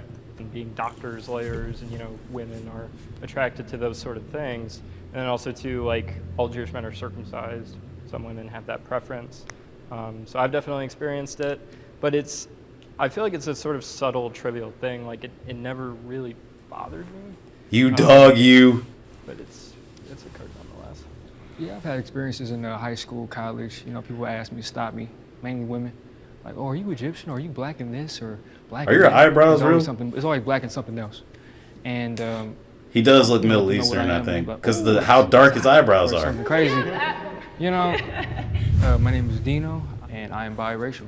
I don't want people to think that I'm like split between being black or white. I acknowledge that I'm mixed and I'm biracial, but for the most part, growing up, I was always considered black. I consider myself black. My family did as well. So I don't think we should live in a colorblind society. But I also don't This think guy we is should like stay looking straight stuck through and the feel like we can't cameraman's move soul. forward and He's gonna still kill him thrive later. and accomplish things because of our skin color and where we live in America. Rosie, I'm about to RKO you. I just have a question for everyone who stepped forward. I'm just curious how that's like. What's it like? You don't know what it's like to be fetish. Like, okay, I don't know, man. Like, you know, white people get fetishized as well. You know, that's why there's the porn category POG. Exhausting. Fat ass white girl. Yeah, I think black women historically have a really interesting relationship with desirability. And then they just call black women ebony, which is like, it's fucking weird. I don't want to really get into like porn stuff, but like, you know, it's like, you know, they'll call Latin women ebony sometimes. They'll call ebony women Latin. It's like, I don't know what the fuck. What's it's like? Ever heard of? Oh my gosh. Culturally, it seems as we're not desired. And then when we are, we're being fetishized. So it's like, okay, we're usually not desired, but now we are. Am I supposed to lean into this fetishization? I think just being a woman, you know, we deal with certain things every day. Specifically being a black woman, being fetishized, it's interesting because if I, especially in my industry, because I'm there to work and be professional. She has pretty I'm eyes. just super professional and I don't give any attention to that at all, that kind of energy, then I'm an angry black woman. I'm sorry. So I think that it's Hans just is drunk, really, man. You can't win. It does feel like that, so yeah, that you can't win sometimes. Yeah, and there's also a flip side to it. It's like, for me specifically, I'm light-skinned amongst majority dark-skinned people, and people will deem me or deem other light-skinned people. He looks like a fucking hawk, bro. Like, I can't get over it. Like, I know I'm supposed to be taking this seriously, but my guy looks like a fucking hawk. Like, there's something about this dude's aura. It looks like he's going to, like, do a super on you. Weaker or less than, or just like, okay, you're lighter than, so when we so pro-black that we're not. He's about to do a fatality to Liu Kang. You know, you're just other. Well, that like touches just on beauty standards in the black community, and that's colorism. Let me look at this guy's fit. Hold on a second. Let me just go back for a second. So this dude was like raised by white family, he said. And I'm not going to say anything about that because it's not like white people can't dress. I've seen white people dress before, you know, but I'm like trying to put together like the red shoes. Like I look at him and I'm like, you know what? I guess it could work because he got the pants and they're the right color blue, but like the shirt needs to be like, there's no red on it. Are there yellow on the shoes? I don't know. I'm looking at this fit and I'm like, I can't tell if it's fresh or not. Hawk 'em. He called him Hawk 'em. Hans called him Hawk 'em, I guess, this guy. You know who's the freshest out of all these people? This chick right here. The black community, and that's colorism. Like I've even been told, you're beautiful, you're not black. You know, it's just like these little things. Or you must be mixed with something, Yes. right? Oh yeah. My name's Christina. I know the vibe. I have been fetishized for the color of my skin on both sides. You know, black men will be really into me because I'm light skinned, or other men who are not black might be into me because I am that black girl, but maybe I'm not too black, and that for whatever reason is appealing. Yeah, that's weird. See, that's like a conversation I try and have with my fiance's sister, you know, because she likes white boys, but she doesn't like give anybody else the time of day. It seems like she's just into white boys, and like I just find that weird, you know. Like it's okay having a preference, but like when you do nothing but date them, it's just really weird. So like what she's doing, I feel like, is fetishizing white dudes. Like she doesn't like dudes acting a certain type of way. She likes motherfuckers with flannel shirts, you know, that like drinking beer, I guess. I don't fucking know, but it's weird. It's a weird thing to do, and I like the complexion of her skin. I wouldn't fetishize her for it. I think that she's radiant. She's glowing, you know. I wouldn't date her specifically because her skin is this tone, though. Being deemed as Or, exotic you know, anything or else. something other is just very problematic, and that plays into a lot of issues of colorism within the black community at large. We need reparations for the black community. Of course, the fucking police officer and the white therapist aren't going to say anything. This is why you can't have a white therapist. Oh, have you noticed this dude is like not came up? Like, he doesn't. Here's the thing. Like, I thought he was going to be Trill, but like, he's just like sitting back there. She doesn't give a fuck. She's like, no, I don't think that you should have money for like all the past wrongdoings that my people have done. And he's the same way too. He's a fucking cop. And he doesn't fucking care. You know, he was raised by white people. As long as you can be raised by a white person, it doesn't matter, I guess. It's like paychecks. Like I don't think that's gonna Hold on. like work. But I think pouring funds into communities who could really When people say pouring funds into community is going to like help, I want to know like what they mean by pouring funds into communities. Like, is fixing a road going to, make our past pain and suffering go away? Like, that's nice. Like, maybe they could have like a center. Maybe they could like put it towards like community things. Like, that could like, I don't know, like a social safety net of some sort. You know what I mean? For like the area, not even the area, just the people. You just gotta give. I think giving people money would be helpful. If I got $50,000 for like past wrongdoings right now, you know what I would do with that money? I would pay off. Well, I wouldn't say pay off my girlfriend's car because she'd probably get her own check. But I would fucking I would sell my car. I would get another car. And I'll still probably have like $40,000 left if, I got $50,000. I would pay for my school, and then I would possibly, extend how much school I'd be willing to go through. Let's see. What does Han say? Light skin or half white / black girls with curly hair make me want to, oh, Jesus. Pay off debts. What? Yo, I need to get Hans on here, honestly. use it, building jobs there. Building jobs is good, there, but like what does the building jobs entail? Like what do they do? Like if we're to get reparations, like what jobs would they build? Would they just build them for black people? I don't think that's really, I don't know if that's really like reparations. Like we need money. We need structure for our people. And we like, the thing is, like, to me, it's just too dispersed. Like, what are you talking about? What are they going to do for the communities? Because we need people to have generational wealth. And we need to catch up. We don't really need, like, a fucking playground. More opportunities would do so much. Like, that's how I see it should be. Anytime that black communities in the U.S. tried to, pull themselves up by the bootstraps, they were attacked. Like, I think it was in Tulsa, they bombed the city. Mm-hmm. Black Wall Street, it was completely destroyed. So again, something needs to be done. When the Civil War ended, there was a representative from Ohio, I can't remember his name, but he was a radical Republican and advocated for the phrase 40 acres and a mule for every emancipated slave. So there was supposed to be reparations, and there never was. And I think especially as a Jewish person, Jews they fucking lied for the Holocaust and are still receiving them. And in my mind, that's right. German people they paid Jewish people reparations, and they still receive them. Now, when people say that Jewish people are empowered, I don't subscribe to that. But Jewish people do get money there's some Jewish people that get money for reparations from the Holocaust. Like, it's just as simple as that. Why is Germany able to do this, but the richest country in the world is unable to do it? There's no amount of money that will ever undo the Holocaust. No, there's no amount of money that will undo it, but you're better off having that amount of money now to, like, help you better yourself and create a future for your family. All the money in the world will never make it right. But I think the idea and principle of reparations. Dane is kind of trill. Logistically, I don't know how it would happen. Uh-oh. Here come the ops. Wait, the black chick, no! I just wanted to say the reason I stayed back was because I wasn't entirely sure what was meant by reparations. But of course you didn't. Of the Holocaust, I would say that I agree.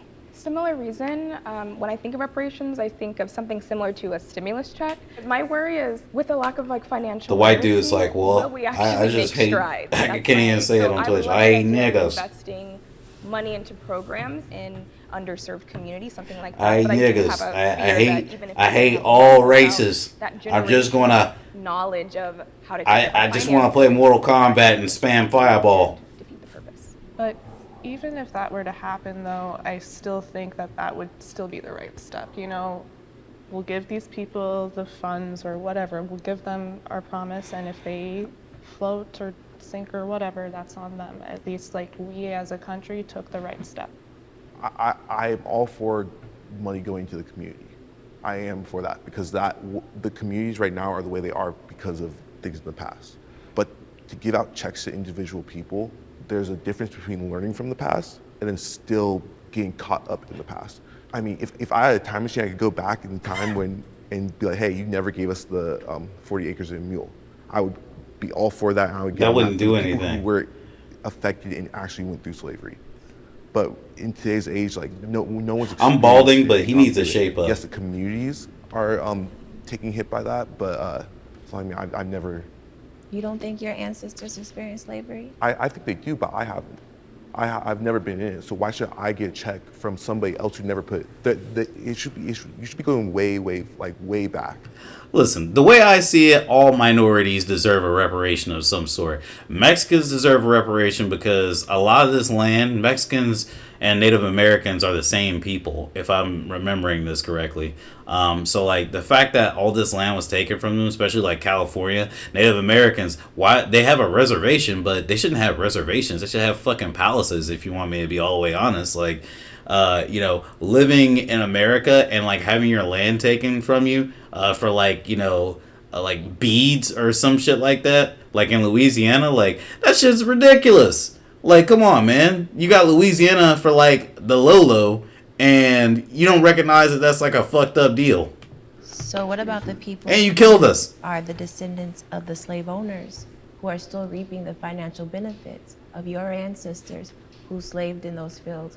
Look at him. It's like somebody fucking like got one of those triangles, one of those band triangles, dinged it in front of his face. He's like waking up like, oh. My guy is fucking red too. I'm just looking at this situation up here. Like I said, I'm balding. I shave my head at this point, right? I don't like going to work with like a week old shave. You know what I mean? But this shit right here is like, I don't know, cuz. For literally generation after generation, you don't think that during that time, your great-grandfather could have been building a business that could be flourishing by now, and you would have a multi-million-dollar franchise as they do off the backs of others? You don't think that deserves some rectification for you? I like how Dane's shaking his head. Dane is trill. Now, he's stuck back on a couple of these issues, but overall, he's kept it trill. To be honest, like, no, because again, it's something that happened in the past. Again, I haven't experienced it. I'm doing fine right now. I'm doing fine. And I'm not going to be all upset over... I'm doing fine is such a fucking cuckold thing to say. Like, all right, so you don't want to do better? Somebody else's ancestors, who I don't even know who enslaved my ancestors. I don't need it. I have no reason to have it. So for me personally, I'm not upset about it, but I do feel my grandfather, on his side, they were the first family in the state of Texas to actually file for reparations. And for me, I'm succeeding in... Let me tell you something. Saying that, you know, your family, like, you don't know the people, like, that's... I get it. He was adopted by a white couple, but, like, consider this. When I was younger, I remember my cousin told me a story about my uncle. My uncle kissed a white girl. Now... half of my family comes from Mississippi. My uncle kissed a white girl, right? And these fucking white people rode up to my my grandparents' place. You know, 7 kids. They said that either like my grandpa beats my uncle's ass in front of him, or he kills everybody. They kill everybody in the house. I want you to think about that. If we consider what's now, our generation and, like, what's happening, and, like, our parents, that's my fucking parents, my mom's brother. You know what I mean? That's, like, last generation, you know? And, you know, we should be receiving reparations because of suffering, too. Like, if we had that money, we probably could have paid for protection. We probably could have, like, moved wherever we wanted to move, but we didn't.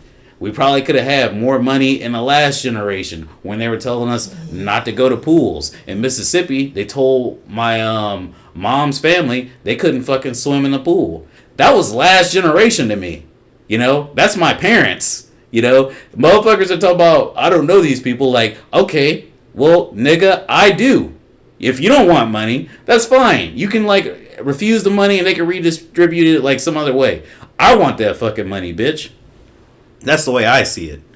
But what did Han say? Man, I should came here earlier. I know, man, there's so much. I think I'm going to watch another video. I'm getting hyped. But to this gentleman's point, when the government says, hey, we're going to do a thing, obviously the government in itself saw the weight in the air of the wrong, just as the German government did. I think if I want to buy 90 gold chains, that's my business. I think it would be unfortunate, but I think that if I'm entitled to something, I think it should be in the same fashion that the people of Jewish descent got it. I think it should be in the same fashion that the people that are Japanese descent got it.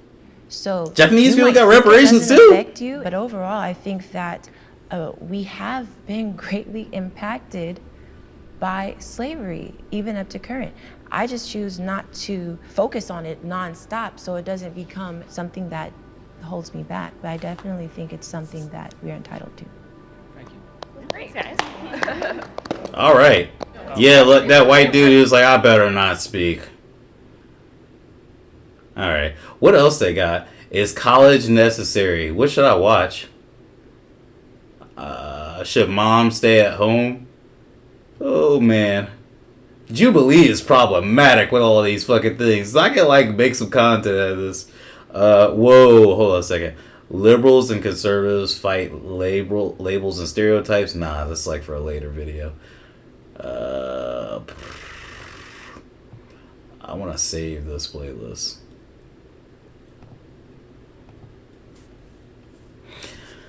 Okay.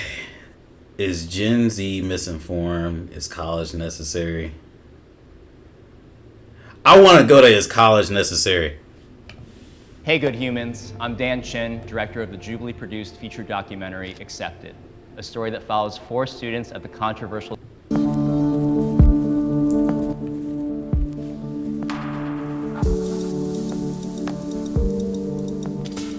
I would never be able to do these middle ground shits because some of these, it's like, I don't know if I go forward or go back.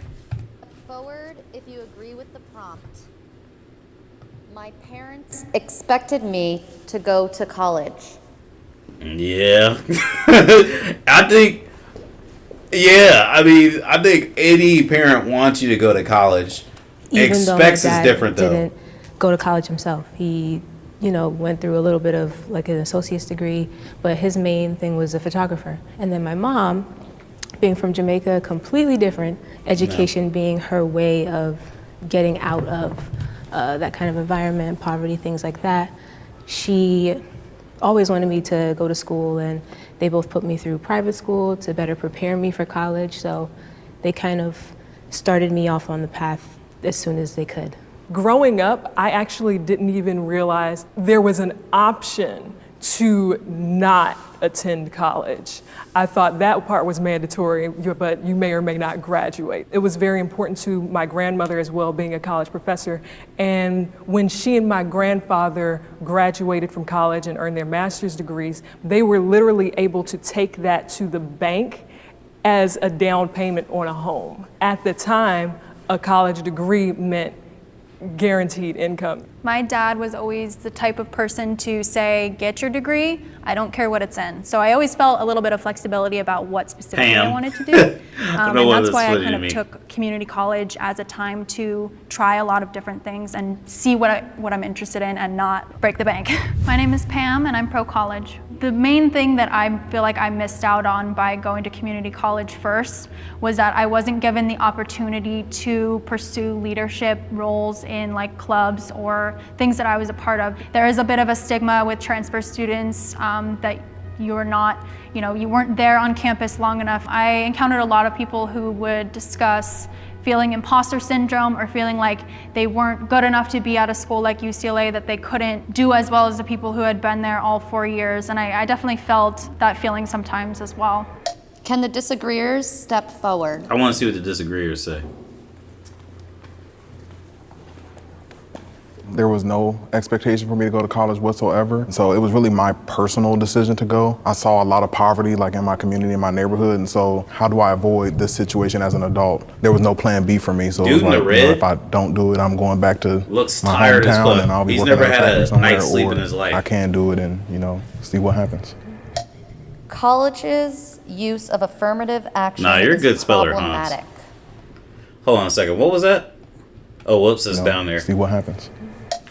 College's use of affirmative action is problematic. Oh, man. So my personal experience with affirmative action, when I went to the PWI, I was chosen pretty much based on affirmative action. There was a lot of heavy marketing, hey, come to our school, come to our school.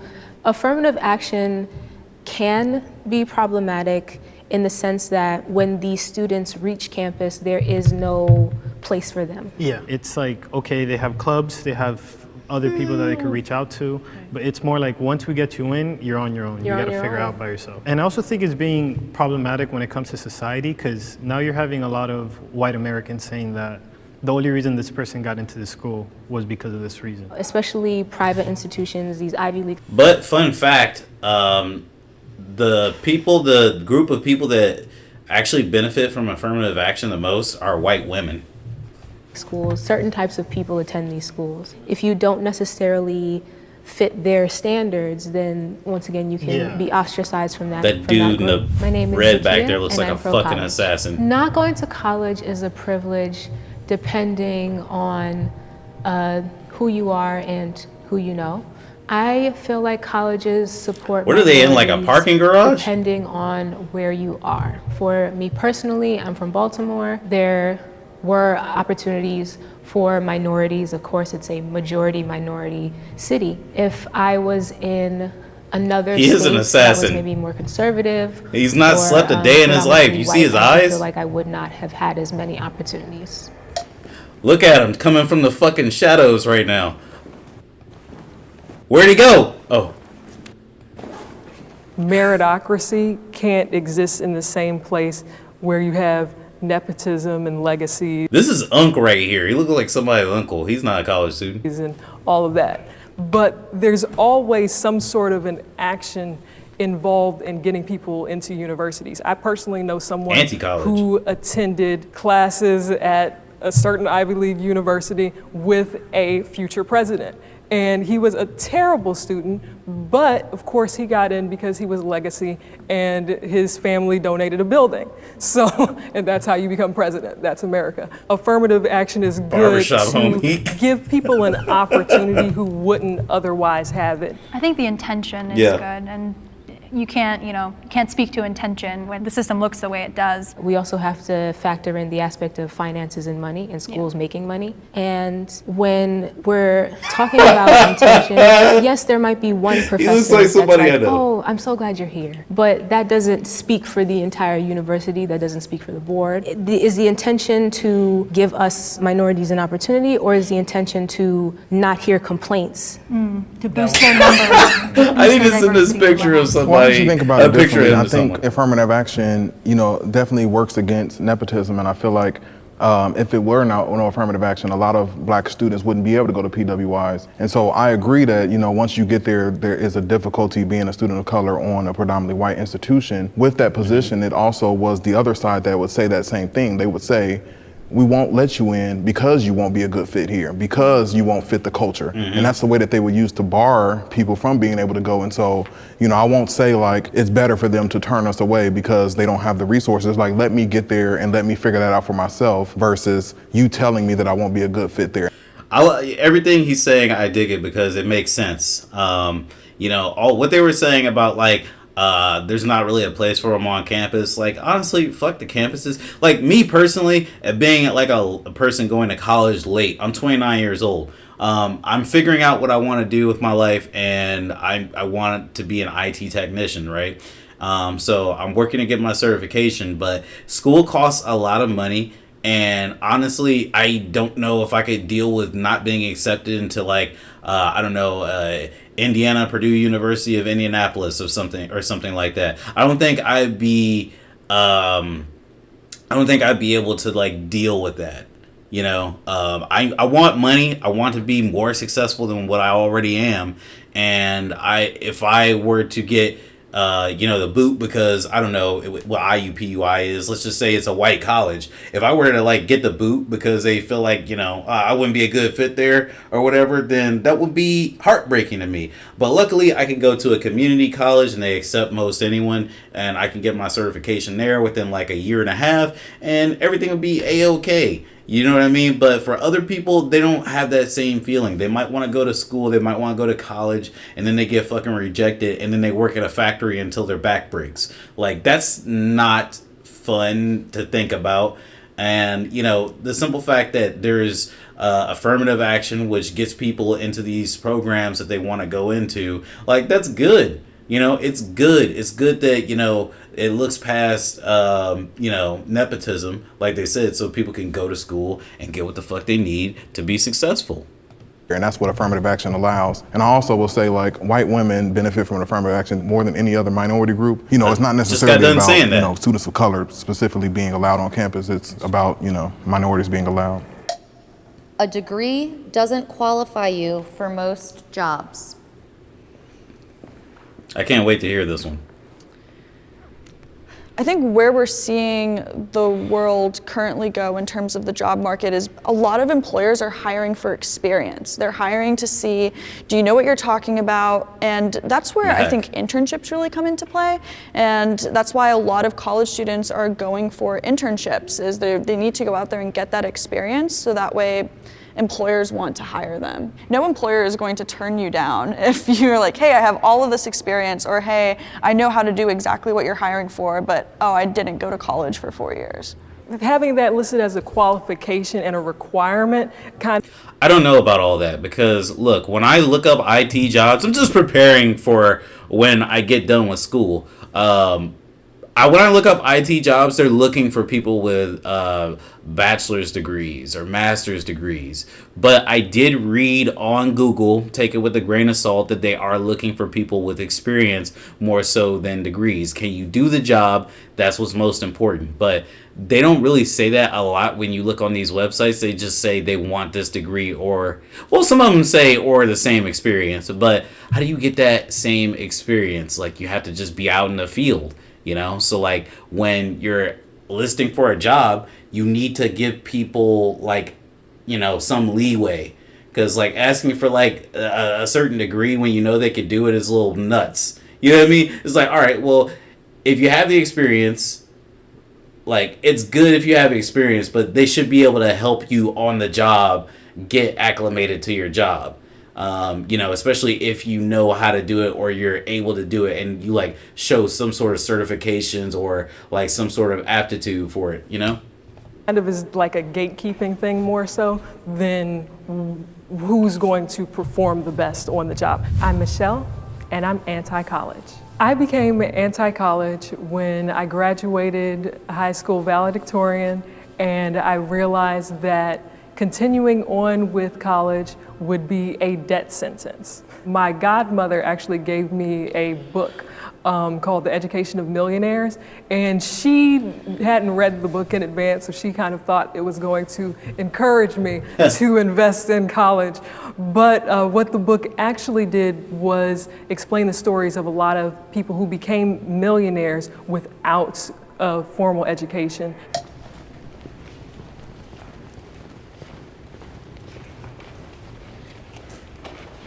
Most companies don't take the time to like read that resume, they feed it through a machine. If you talk the talk and know certain people to jimmy your way in there, you don't really need the qualifications to do the job. People who have the qualifications don't get the job. I've been job hunting over the last couple months. I started like a spreadsheet where I was putting how many of them are asking for X amount of years of experience.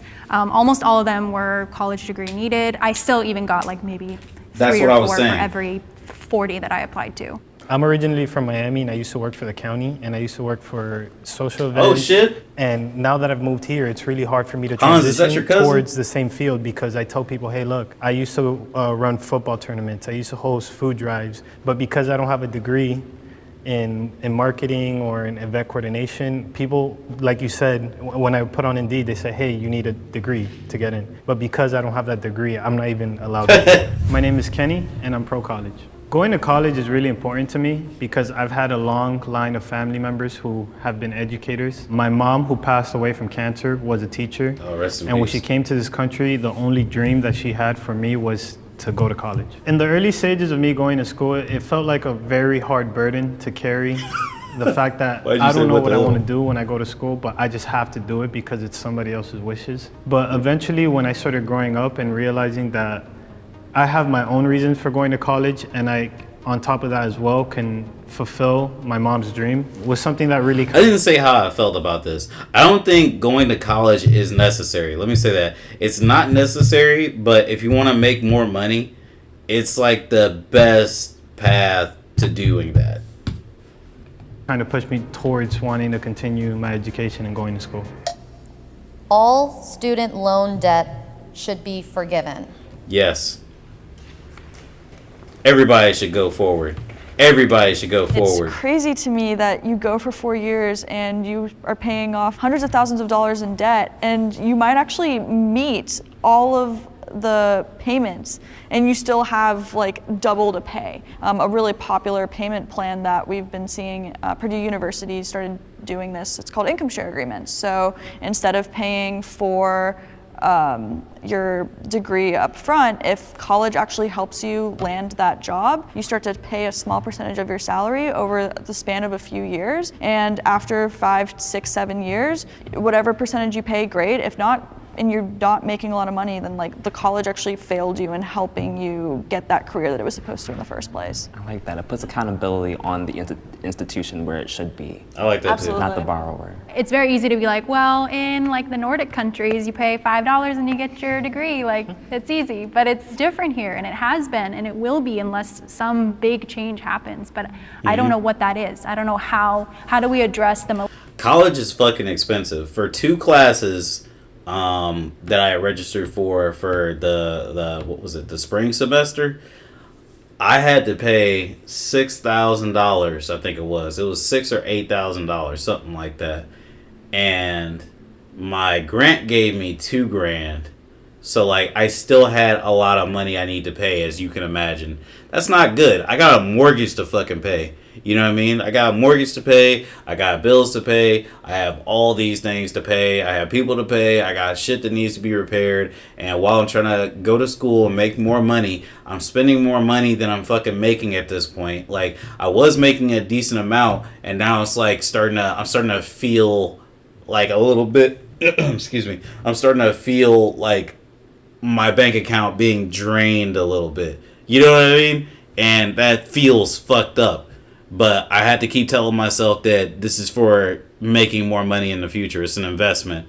But it doesn't work out that way for everybody. It's maddening. And, you know, I don't know. If I were to leave a debt, I'm not even sure I'd even pay that shit ever. I'd try to ignore it. Because what are they going to do? Take away my degree? Millennials who went through college and have racked up billions in debt, and how do we change it to make it better for our future generations too? And I really think it should be canceled just because of the pretenses in which the loans were actually given out. I'm like, it's literally the definition of predatory lending in terms of, you know, giving thousands of dollars to someone with no credit score. Yeah. And so, you know, when they get those loans and they don't really understand, like, the interest is racking up, and then 6 months after you graduate, whether you have a job or not, you're going to have to start paying them back. Why, y'all? Where's the assassin come from? My disagreement is in the way that it's handled. That dude hasn't said a word yet. This particular scam, which he's just there to like stalk that widespread. one chick in the People have gotten orange. caught up in other scams, and those are not just. Hold on a second. Let me see what Han says. That's why I stayed out of college. I can't pay that shit, and I won't. But listen, I'm not going to blame you. That's how I felt for years. The only reason I'm the way I am right now with going to school is because I've been at the same job for 8 or 9 years. You know this. I've been at this job for a long time. I don't fucking like this job. I left this job. I went to a company where I drove a forklift, and one of my legs is slightly longer than the other. So, like, it's very uncomfortable to be on that forklift, right? So, like, I rock back and forth from time to time when I'm standing still because I'm trying to stand straight and my legs are just a little uneven. It's not like I'm like fucking Bigfoot or anything, right? But because there's like a slight unevenness towards them, I have like some weird balance issues, right? And I don't want to stand like to the point where they're evened up, because that would be like me fucking spreading my legs and shit while walking. It doesn't make sense to do that, right? So like I left this job because even though they pay good, I left that job because it was like super uncomfortable. If you take 1 foot off of one side of the forklift would stop. Now I rock back and forth. I have to extend my leg, like hyperextend my fucking leg out. I don't know if that's the real definition of hyperextend, but I have to extend it out more than I want to, just to fucking drive and do my job. I wasn't going to do that shit, you know? So I went back to this job. I took the job so like I could go to school, and that's what I'm trying to do. I'm just trying to go to school so I can not work in like heavy physical labor and not have to do the job that I'm doing currently anymore. I'll be able to move where I want to move and do what I, went to school for. You know what I mean? But it's perfectly fine not going to college. I understand why people don't want to go to college. Like, I didn't want to go to college for many a year. When the pandemic started, I was going to be a physical therapist assistant, right? But that fucking requires a math class. So I was lost for years. Then, somebody, when my cousin, he got me back with the idea of going back to school. So I went back to school, and that's what I'm doing now. And honestly, it's annoying. I don't notice, like, because of how much money I make, I don't notice, like, the monthly payments taking out for my student loans, but I'm not happy about it when I think about it. Like, damn, I got like $600 taken out this month. You know what I mean? I got an extra $600 fucking dollars taken out this month. My goddamn mortgage is $600 fucking dollars, $645. Yes, in Indiana, mortgages, well, they were pretty low. You can't get a good interest rate now, but like shit is messed up, man. The United States is fucked, and I can't say this enough. Immediately forgiven. I do understand that it's kind of like it's a different situation because of how much pressure was placed upon you getting into this scam, even governmental pressure as well, which is why, they bear some responsibility in it. I was a victim of one of these scams. I took a few loans out. That's not the voice I was expecting. I didn't have enough, and so I took a $5K loan, and that one was the worst one. Like, what held me back from stepping forward was the word all. Some people might have taken out that loan, gone to college, and now they're making tons of money that they can afford to pay it back. If somebody's capable of contributing, then why wouldn't this dude has like catfish, like whiskers, as like a mustache. So I don't like what he's saying, because I know plenty of people that have student debt. Not every degree reciprocates how much money you put into it. Like, I remember my homie from high school, Marcus, he went to be a radiologist, and he might be making like a good amount of money, but imagine he didn't stop. I mean, he didn't stop. Imagine that he stopped in the middle of trying to get his degree. He couldn't make the money to get his degree, and he's just stuck with fucking student debt. Like, you know how much it costs to become a radiologist? Like, that seems like a lot of money. I think you need like a 4-year, that's a bachelor's, right? You need a 4-year or a master's degree to become a radiologist. Or maybe it's a doctorate. I don't know. That's a lot of fucking money. And you could be working the entire time. You could be living at a dorm room, but you're not going to be eating well. That's why the meme is, oh, you go to college and you got to eat ramen. I don't want to fucking eat motherfucking ramen like all goddamn day. Nigga, are you kidding? And I'm anti-college. I took a lot of different classes while I was in art school, and I gained, I guess, a wider set of skills.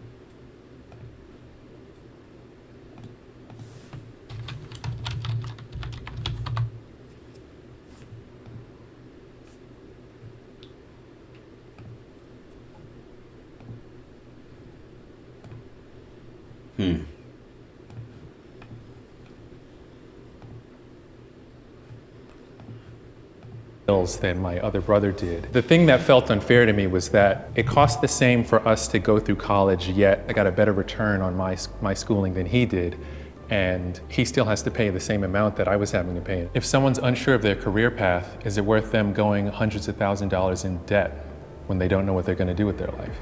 No. College campuses are radicalizing young people. Ooh, I don't know about this. Look, I don't fuck with college life. Like, even though I go to college, I don't fuck with college life. These people are kids at this point to me, right? Like, I'm turning 30 this year. I'm not trying to hang out with these fucking, 19, 24-year-olds. Like, I'm not trying to hang out with them, man. They're into some shit that I'm not trying to be doing. I'm not trying to go out with them. I'm not trying to drink. I'm not trying to listen to what they got to say about the world. They don't know shit yet. I didn't know shit till last year. I hesitated at first because I was interpreting that as the universities influencing people, but I don't think that's the case. I think people who might have certain beliefs are going to college and just spreading it to their peers. So in that regard, I would say college campuses are contributing to that. When you see a headline and you see that a college is pursuing this or it's agreeing with this, I feel like it has a lot more damage towards the story, as if the school is promoting this type of behavior. And I feel like because they notice that a lot of people are getting a lot of attention for those specific schools, it's like, okay, let's give them more incentive to do it, because it's helping our name get out there. If you're not, in these spaces where you're hearing a lot of arguments from every side, it's easy to be like, well, that doesn't apply to me, so why would I care? I think for me, at least being in a college environment, I was forced to see these things and more exposed than I would have been if I hadn't gone. When I heard the word radical, I paused it for a second because I think it has a negative connotation just in the media. And so I feel like when you hear people say radical anything, you're like, okay, that sounds like something bad. When I hear somebody say radical, I think about fucking doing an ollie when I'm on my fucking skateboard, dude. Nah, I don't know. I feel like it's really the education. Like, they're learning more about the society and about the history of the government in America. And so that does sometimes make you angry and makes you want to speak out and, become an activist for a certain topic or position. In my mind, though, it's no different than what algorithms are perpetuating on social media right now. If you're on Twitter, you're going to be following people that are within your space, and you're going to be seeing that content. And I think that's actually playing more of a role in radical. Again, not a college person. I don't fuck with I'm a college person, but I don't fuck with college life. My fiance has said some things to me about conversations she's had with the people that she's been going to class with. I don't like them. I don't like the conversations that she's been having, because I feel like she's had some opinions that I think are unsavory. I've disagreed with her, and she's made it her choice to make it a fight. And I'm comfortable enough saying this on a stream, honestly, but I told her, honestly, have your friends and everything, but when you're going to school and you're going to school for a certain thing, and you're talking about this other shit, and you're in a school setting, and your classmates, they're white people who are young and privileged. The main thing you should be talking about, honestly, in my opinion, is homework. Don't talk about social issues with these motherfuckers. They don't know anything. They're Indiana fucking young, white, impressionable fucking college students. And, their impressions come from their parents and their families. So, not to say that, all white people are bad, but, you have to take it with a grain of salt and can't just fucking run with these people. That's all I'll say about that. Radicalizing and college life is toxic. That's why I don't fuck with it. I got my space. I got my home. I'm not fucking with these people, man. I'm here to go to school to get some fucking education so I could, maintain my or obtain my certificate, get more certificates, because honestly, that seems like that's the fucking move. Instead of getting a degree, get a certificate. People say you should go to school for what you love. Honestly, in my opinion, go to school for what can get you money the quickest that you feel like you can obtain. My cousin, he went to become an occupational therapy assistant. There was many times he thought he couldn't do it. Bam, fast forward 2 fucking years later, my cousin is, it was 2 years later back then. My cousin got his degree, associate's degree, and my cousin make $30 an hour or some shit like that in Georgia now. Like, come on, man. Like, you know, he spent 2 years and he'll be able to pay off his debt. Now me, I'll be able to pay off my debt too. It's just going to be a little bit different because I'm going for a certification. I'm not spending a whole 2 years. I'm getting a certification. I'm going to college, and I'm going to go to work after college. And then while I'm working, I'm going to see if I have enough money to go back for another certification so I can make even more money. You know, remember when I said police officers make like $50K a year, 58, 60K a year in Alexandria, Indiana? Shit, like. How much you think a IT certification will get you, like for CompTIA Plus or Security Plus? That's just like about the same, you know? Like, I want that type of money. Doing more in the political space than what we're actually seeing at college campuses. But yeah, Hans, you're right. College life is toxic. Christian household. Growing up in those environments, I feel like radicalization, it really starts at home. It starts with what your parents tell you about people. I think that when we get to college, we're in more of a free space to voice these opinions. And even on social media, there's also a level of anonymity, so people feel more comfortable sharing certain viewpoints. I feel like these things start at home and they're just pushed more to the forefront once you get a little older. Colleges prioritize making money over providing quality education. Oh, we all agree, how nice. Shoot, I don't know. As someone who works at a college, it's a business first, and I see that firsthand. You know, I think it really does come down to the bottom line for a lot of institutions in terms of them making money. And so they will make certain decisions in terms of, you know, what will allow us to make more money, what makes us look better as an institute versus, you know, necessarily the care of the student being the. Okay, so like, yeah, I agree. I had to think about it because, again, not too familiar with college life, but, you know, when you sign up for college, especially the college I go to, right, this community college, you have like a couple of days, like when you sign up for a class, you have a couple of days. You have 1 week to decide if you're able to do this class. Now, when you cancel the class within that week, they give you a full refund. Right? They give you a full refund for like everything that you would have paid for or the part of your tuition that covered that class and the books and everything. So I waited 1 day afterwards because I was having a fucking mental health breakdown. Like, I felt like I wasn't good enough. I felt like I was going to fail.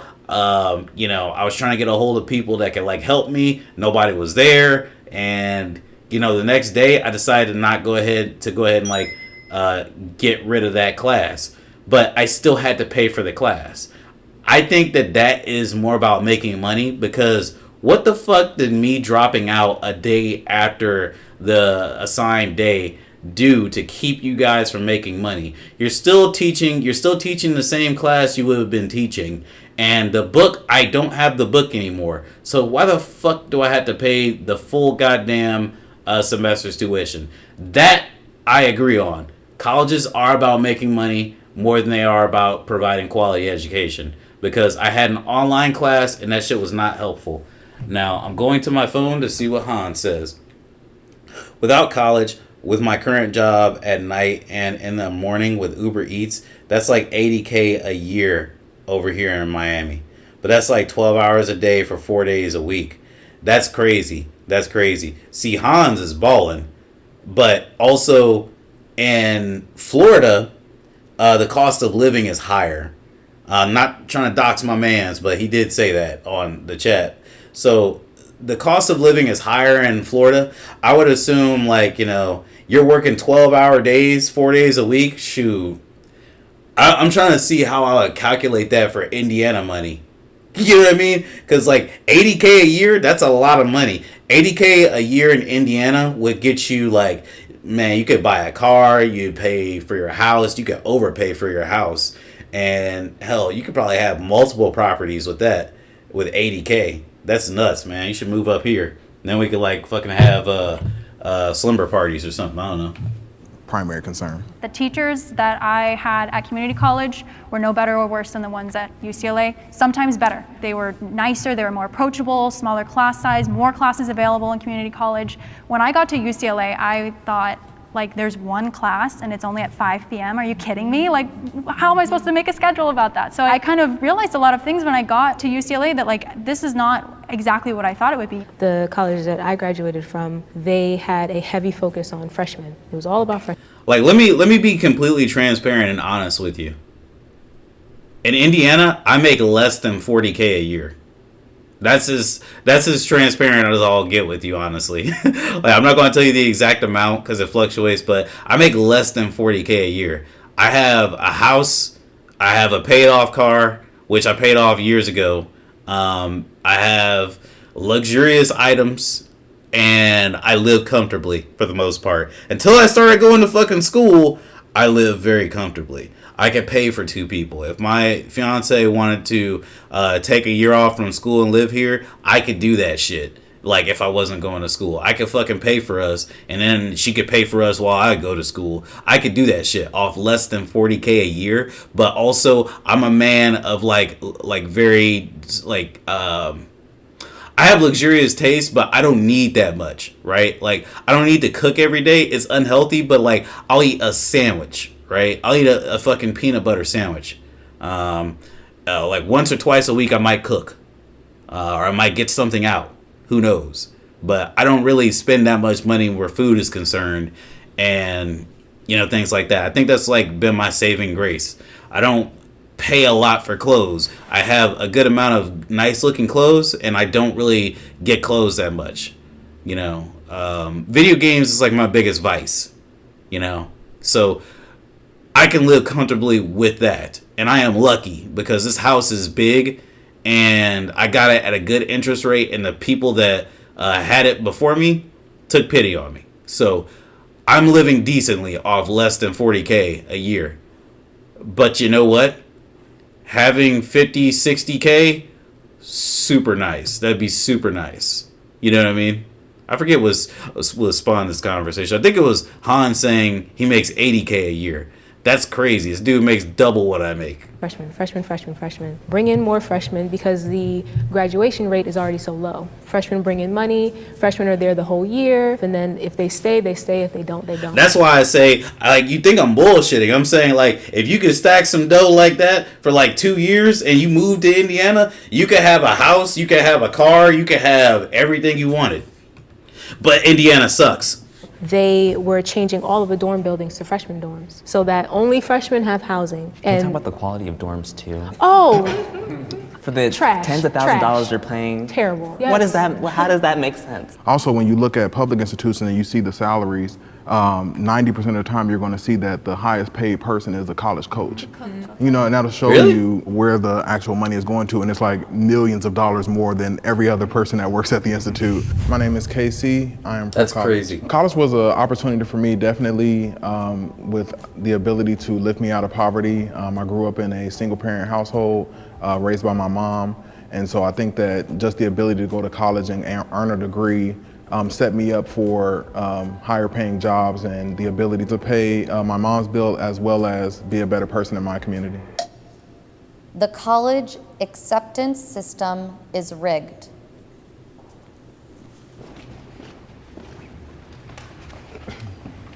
So I went to one of these events that the school that I was really strong about, just to learn more about the admission process. And my mom ran into one of these acquaintances she met from like back in the day, and he had put all of his children through the school. And one of the things he told us was that the school made it super competitive to get in so that their acceptance rate looks like, 8%. But for transfers, it's much higher. Like, that's the way into, I would argue, most of these schools if you don't have the proper grades, or maybe you can't afford it that year. There's back doors, and I'm just hearing that, I'm assuming there are more back doors. My dream college when I was in high school was I really wanted to go to Georgia Tech. I started my college admissions process in West Virginia, and going and visiting the college counselor on Georgia Tech's campus, they were like, this is what you need to do, these are what you need to hit, this is how many APs you need to have. My junior year, my parents moved us to Tennessee, and I ended up applying to Georgia Tech from Tennessee, and I got denied. And I was heartbroken because I had met all of the stats that she had told me to meet. I ended up calling my admissions counselor at Georgia Tech because I developed a relationship with her, and I remember crying with her in the car and just being like, what happened? And she straight up told me that if you would have applied from West Virginia from your school, you would have gotten in. My name is Mehek, and I'm anti-college. When I first entered college, I thought that you had to have a college degree to be successful and to start your I don't know why that's so funny to me. I'm anti-college. People that Fuck had dropped out college. of college that were between the ages of 18 and 23. That was eye-opening to me because there were people that had raised millions of dollars to start their own companies and they didn't have that college background. My mom has her master's, my dad is a doctor. So for me to turn around and say, hey, I actually don't even think I need 4 years of college. I think I can actually just go out and do things on my own. It was a big cultural shock for them. Uh-oh. What Unc got to say I think about this? college as like what we said in terms of being a business. And I feel like all businesses are rigged to make as much money as they possibly can. The institute makes more money when students are out of state and paying out of state tuition. Knowing what we know about college acceptance, what would you all want to see? Like, there's no way that every person that wants to go to a particular college can go. So it's like they have to find some way to weed people out. I think there needs to be more transparency overall with universities. Students really need to be like aware of like what they're going to college to do, who they are looking to learn from. I think will be beneficial. Can they learn from them once they get there? I'm Kyle and I'm anti-college. If I could do it all over again. What is the main thing that gets people like unaccepted? Like, what makes a college go, yeah, you ain't cutting it? Like, I want to know that personally. I've never applied to like an Ivy League school. I don't want to apply to an Ivy League school. You know why? Because it just seems like you could get, like, for what I want right now, I don't need to go to an Ivy League school, and I don't see how that would help me when we're living in a world that really requires experience. In some cases degrees, in some cases experience. But if I can get the same experience through the education that I get from community college, I just don't understand the glitz and glamour behind like a Ivy League school or whatever. Besides the fact that most community colleges only give you like associate's degrees, you know what I mean? Or maybe that's all of them. Like, I guess that's the only thing, but like you could transfer credits, you know? Like they said, you can transfer your credits from a community college to another college, you know? And I would choose not to go to college because there have been several benchmarks that I can think of where I've progressed creatively that have happened outside of the classroom in terms of experience or things that I have learned from people working in the industry or lessons that I have discovered about myself just from sitting doing the craft that I want to do that more or less was not taught in the classes that I thought I would be taught. We should stop telling kids that they should all go to college.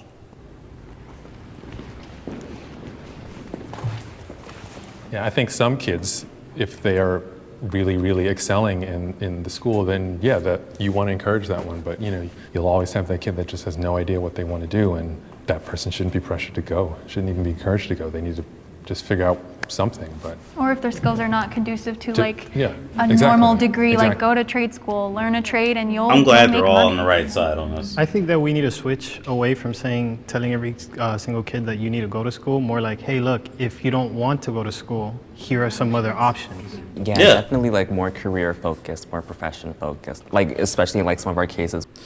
There are trades that you can learn, and you're going to school, but you're not going to school in the traditional sense of like going to get like a associate's degree. You can go to driver's school. You can get your CDL, different degrees of CDLs, and that's school, but like that's learning for like a couple months. You can learn for a couple months and make a lot of money for a lifetime. Like, I don't want to drive trucks. My brother does that shit. I don't want to do that shit. My dad did that shit. I don't want to drive trucks. It just seems like a hassle to me, and it seems worrisome in the winter because you never know what will happen. But there's some people that would kill for that. I think you could learn carpentry without getting a degree, if I'm not mistaken. Hold on a second.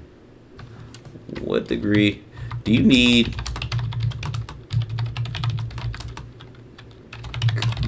A carpenter. Did I spell carpenter right?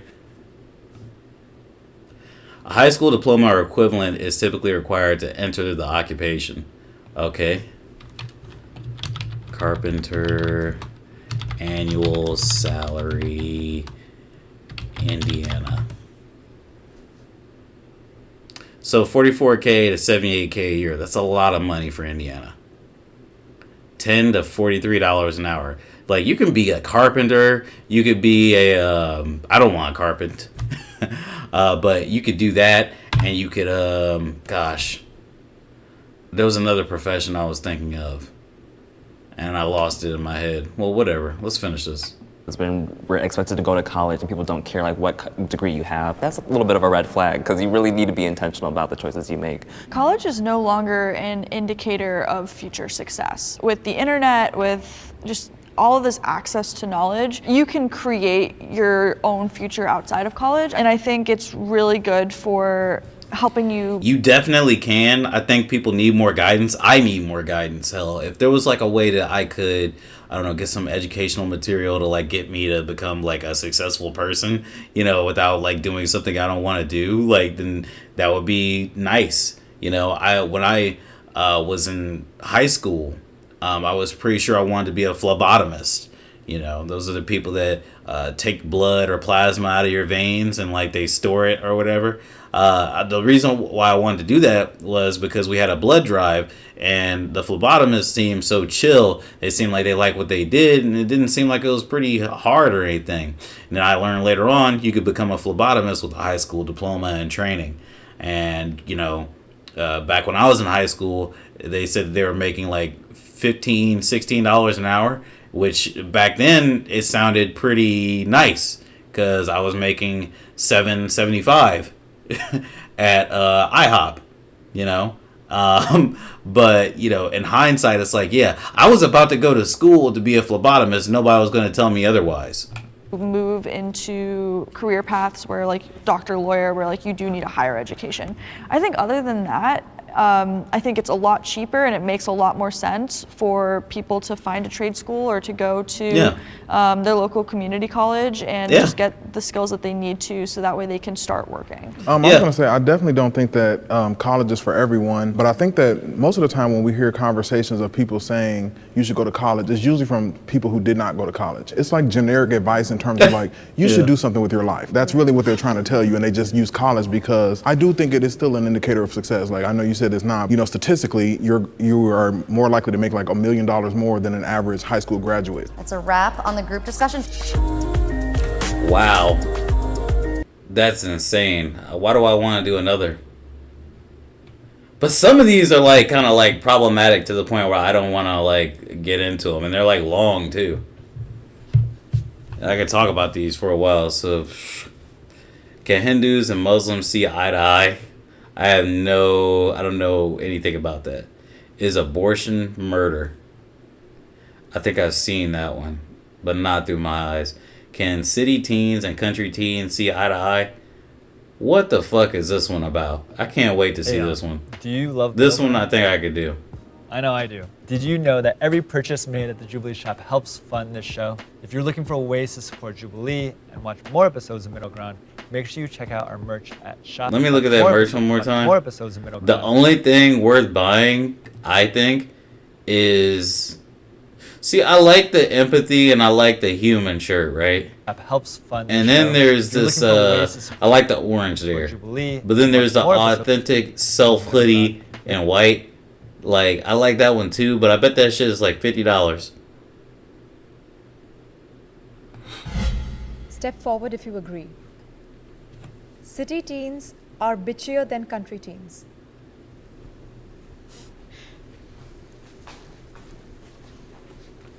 Well, of course city teens are more bitchier than, sorry mom and dad. Of course city teens are more bitchier than country teens because you guys have so much more to deal with. It's just kind of a rule out of safety where you don't even make eye contact with anyone because then you're putting yourself at risk because there's unfortunately a lot more bad people that are willing to do bad things in the city. Can the disagreeer step forward? I want to say I'm a selfless person. I'm a nice person. However, you know, I have that bitchy side. Me coming out as like a bitch is now just me making sure you know who I am and how I am going to run my things. In the city, like even just driving, everyone else is so like selfish and self-important where they're getting where they want to be, even if they're putting other people in danger. I almost had a heart attack this morning when so many cars, like especially like in the city, they'll just cut you off. The drivers, they don't care. Okay, I can't watch this. Like, maybe it's because I'm old, but like teens just sound so silly. You almost had a heart attack this morning.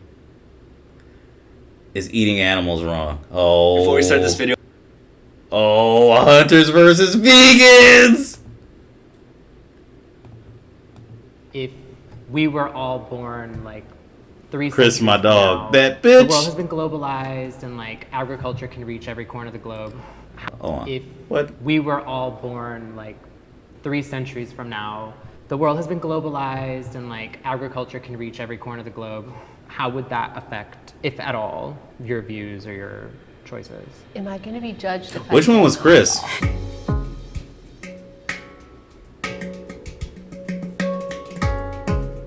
I became vegan because I could no longer think about eating something that was once living. I'll tell you this, like, I am a carnivore, right? I love eating, like, steaks, burgers. I love eating shrimp.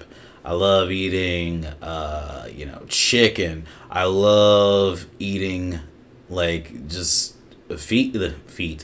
I love eating meat, man. And breathing. The primary thing that keeps me vegan is just always the animal liberation. The idea that we are trying to push our ideas onto others. Bro, I want to just pop that shit Hunting is on a our very head. hard concept for people to understand. I am in Texas, it's a lot more acceptable, even though being a woman who hunts, people still, have a really hard time with that concept. I feel like a lot of people think vegans are more effeminate. People will question your sexuality oftentimes. I grew up in a rural village, living off the land. The way we live is in total respect. Oh, Chris is eating that ribeye. Or, not rabbi, ribeye. RE6. Vegans and hunters. So it's 2 hunters and 3 vegans. This is unfair. My name is Danny. I'm queer, I'm vegan, and I'm multiracial. Hi, my name is Don Marvens. I've been a vegan for coming on 6 years now. I'm a freelance photographer and I recently moved to the LA area. My name is Nina. I'm 24. I've been vegan for coming up on 5 years now, and I'm a professional astrologer. I thought she was about to say wrestler. Hi, my name is Brittany. I'm Koyukon Dene from Alaska. I'm a first-generation college graduate, and I went to school in the California area, and I'm currently on a road trip visiting friends to learn whose land I'm on. I am Carly, I'm from Texas. I'm a wife, a mom. I also do sales and marketing consulting. He's like, I know what I'm in for. Yo, can the stream hear me if I'm in Messenger? I think so, but like not very loudly. Is that surprising to y'all that 2 hunters walked over? I would love to hear why. And plus, you wouldn't be able to like see this at the same Hunters time have as me. The utmost respect for animals. So we had to I think figure that's a something really out hard for that. thing Like for we had people to like see. parsec How or can something. you love something and respect something that you kill? It's just a hard concept, right? Conservation is a big reason why I hunt. It not only provides food for my family, but I can shoot a certain number of deer each year, and that will keep that population and that herd thriving. I guess I've never really came at this conversation from like an angle of vegans versus hunters. It's always vegans versus a meat eater. Mhm. So I understand in a sense the respect you have to what you're doing. I just know Discord, that I yeah. can never But Discord, it'd And I be think slow that, too. For me, is one of my maybe more bigger issues. Is not with vegans, but it's more. Let's figure that out at some different point.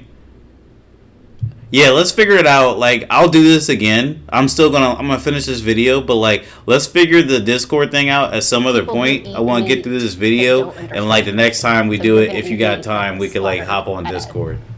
Factory. But I can't just give a deer one swift, great bullet in the heart where it dies. I'll probably do this again Monday. I was one of those people that said I could never even be vegetarian. Like, I was probably like the people that you're describing, just, you know, not having a connection to what they're eating. I didn't think about it. And then as streaming services go, I found a little documentary through the suggestions. But it changed your life. And it changed my life. And like, I remember I went to brunch that morning and I had like sausage and egg and like fried cheese.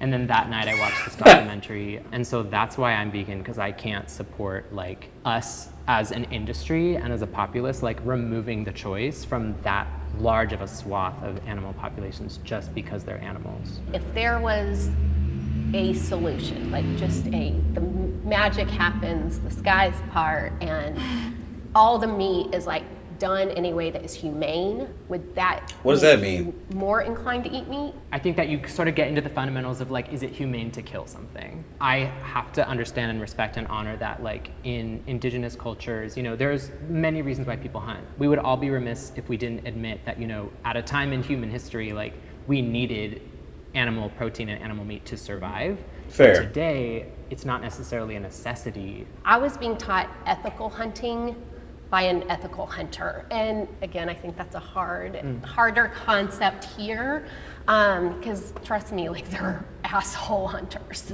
But that's what I saw conservation, and I saw ethical hunting, and I saw why we do it, and I saw the food. You know, I haven't bought beef. I mean, in 6-7 years. Can I ask you a question that I'm kind of scared to ask? And we'll see. So you said that you're a mother, and if you think of like Bambi, do you ever consider the small baby animals that you're taking their parents away from them? Okay. So Bambi doesn't exist. Right. That's a Disney movie. Course. If a mom is there with her yearlings, you would never kill that mom, right? You wait until she kicks them out of the house. And that's part of like ethical hunting. That is like, yeah, no one really, like you wait until the babies are kicked out. I learned from my Tlingit cousins, they're from the southeastern Alaska. They're the ones that invented the fish hook. It was so wide that only a full-grown halibut could get caught. It's a generational thought. You're not just thinking about, oh, I need food tonight. You're like, how do I make sure I protect their natural processes? When fish hooks are made now, anything can go out. So many of our they got hunters who like staying in balance with animals, are just hunting shit to you know, overhunting, eat and stuff. Like they're gonna have a hard argument here. I thought like the vegans were about to come in hard, but like the hunters was like, no, we don't kill baby animals. We kill animals that are ready to be killed so they don't overpopulate the forest and all this shit. And the people who are living off the land, who are fighting for the land, are getting last priority. We're not allowed to fish if there's commercial fishing. We're constantly being watched and fined. It's constantly having land taken away. Oh man. If you look at any community, it's constantly happening to them where they're told they're not allowed to do this or eat this. It's all connected, it's all a cycle. Veganism is a privileged way of living.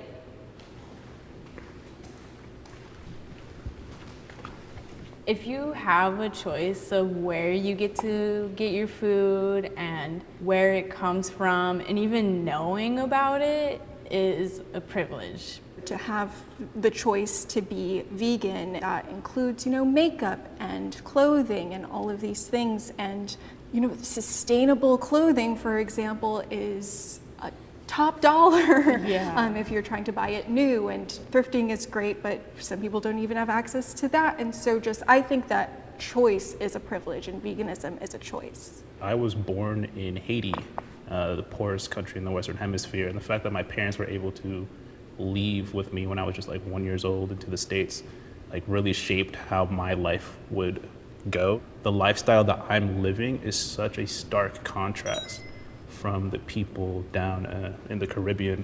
I feel like I have to talk about how veganism, especially in the States and especially in like the global West, has been totally co-opted by, like, I'm just gonna say it, by whiteness. Veganism shouldn't be a privilege, in my opinion, but it is. Like, the world that we live in now, it is. I don't know enough about being a vegan. I think of it as like something that I don't wanna hear that shit! do, but I don't know. I don't know any vegans. I don't know how much money it costs. Yeah, a lot of people also from lower income.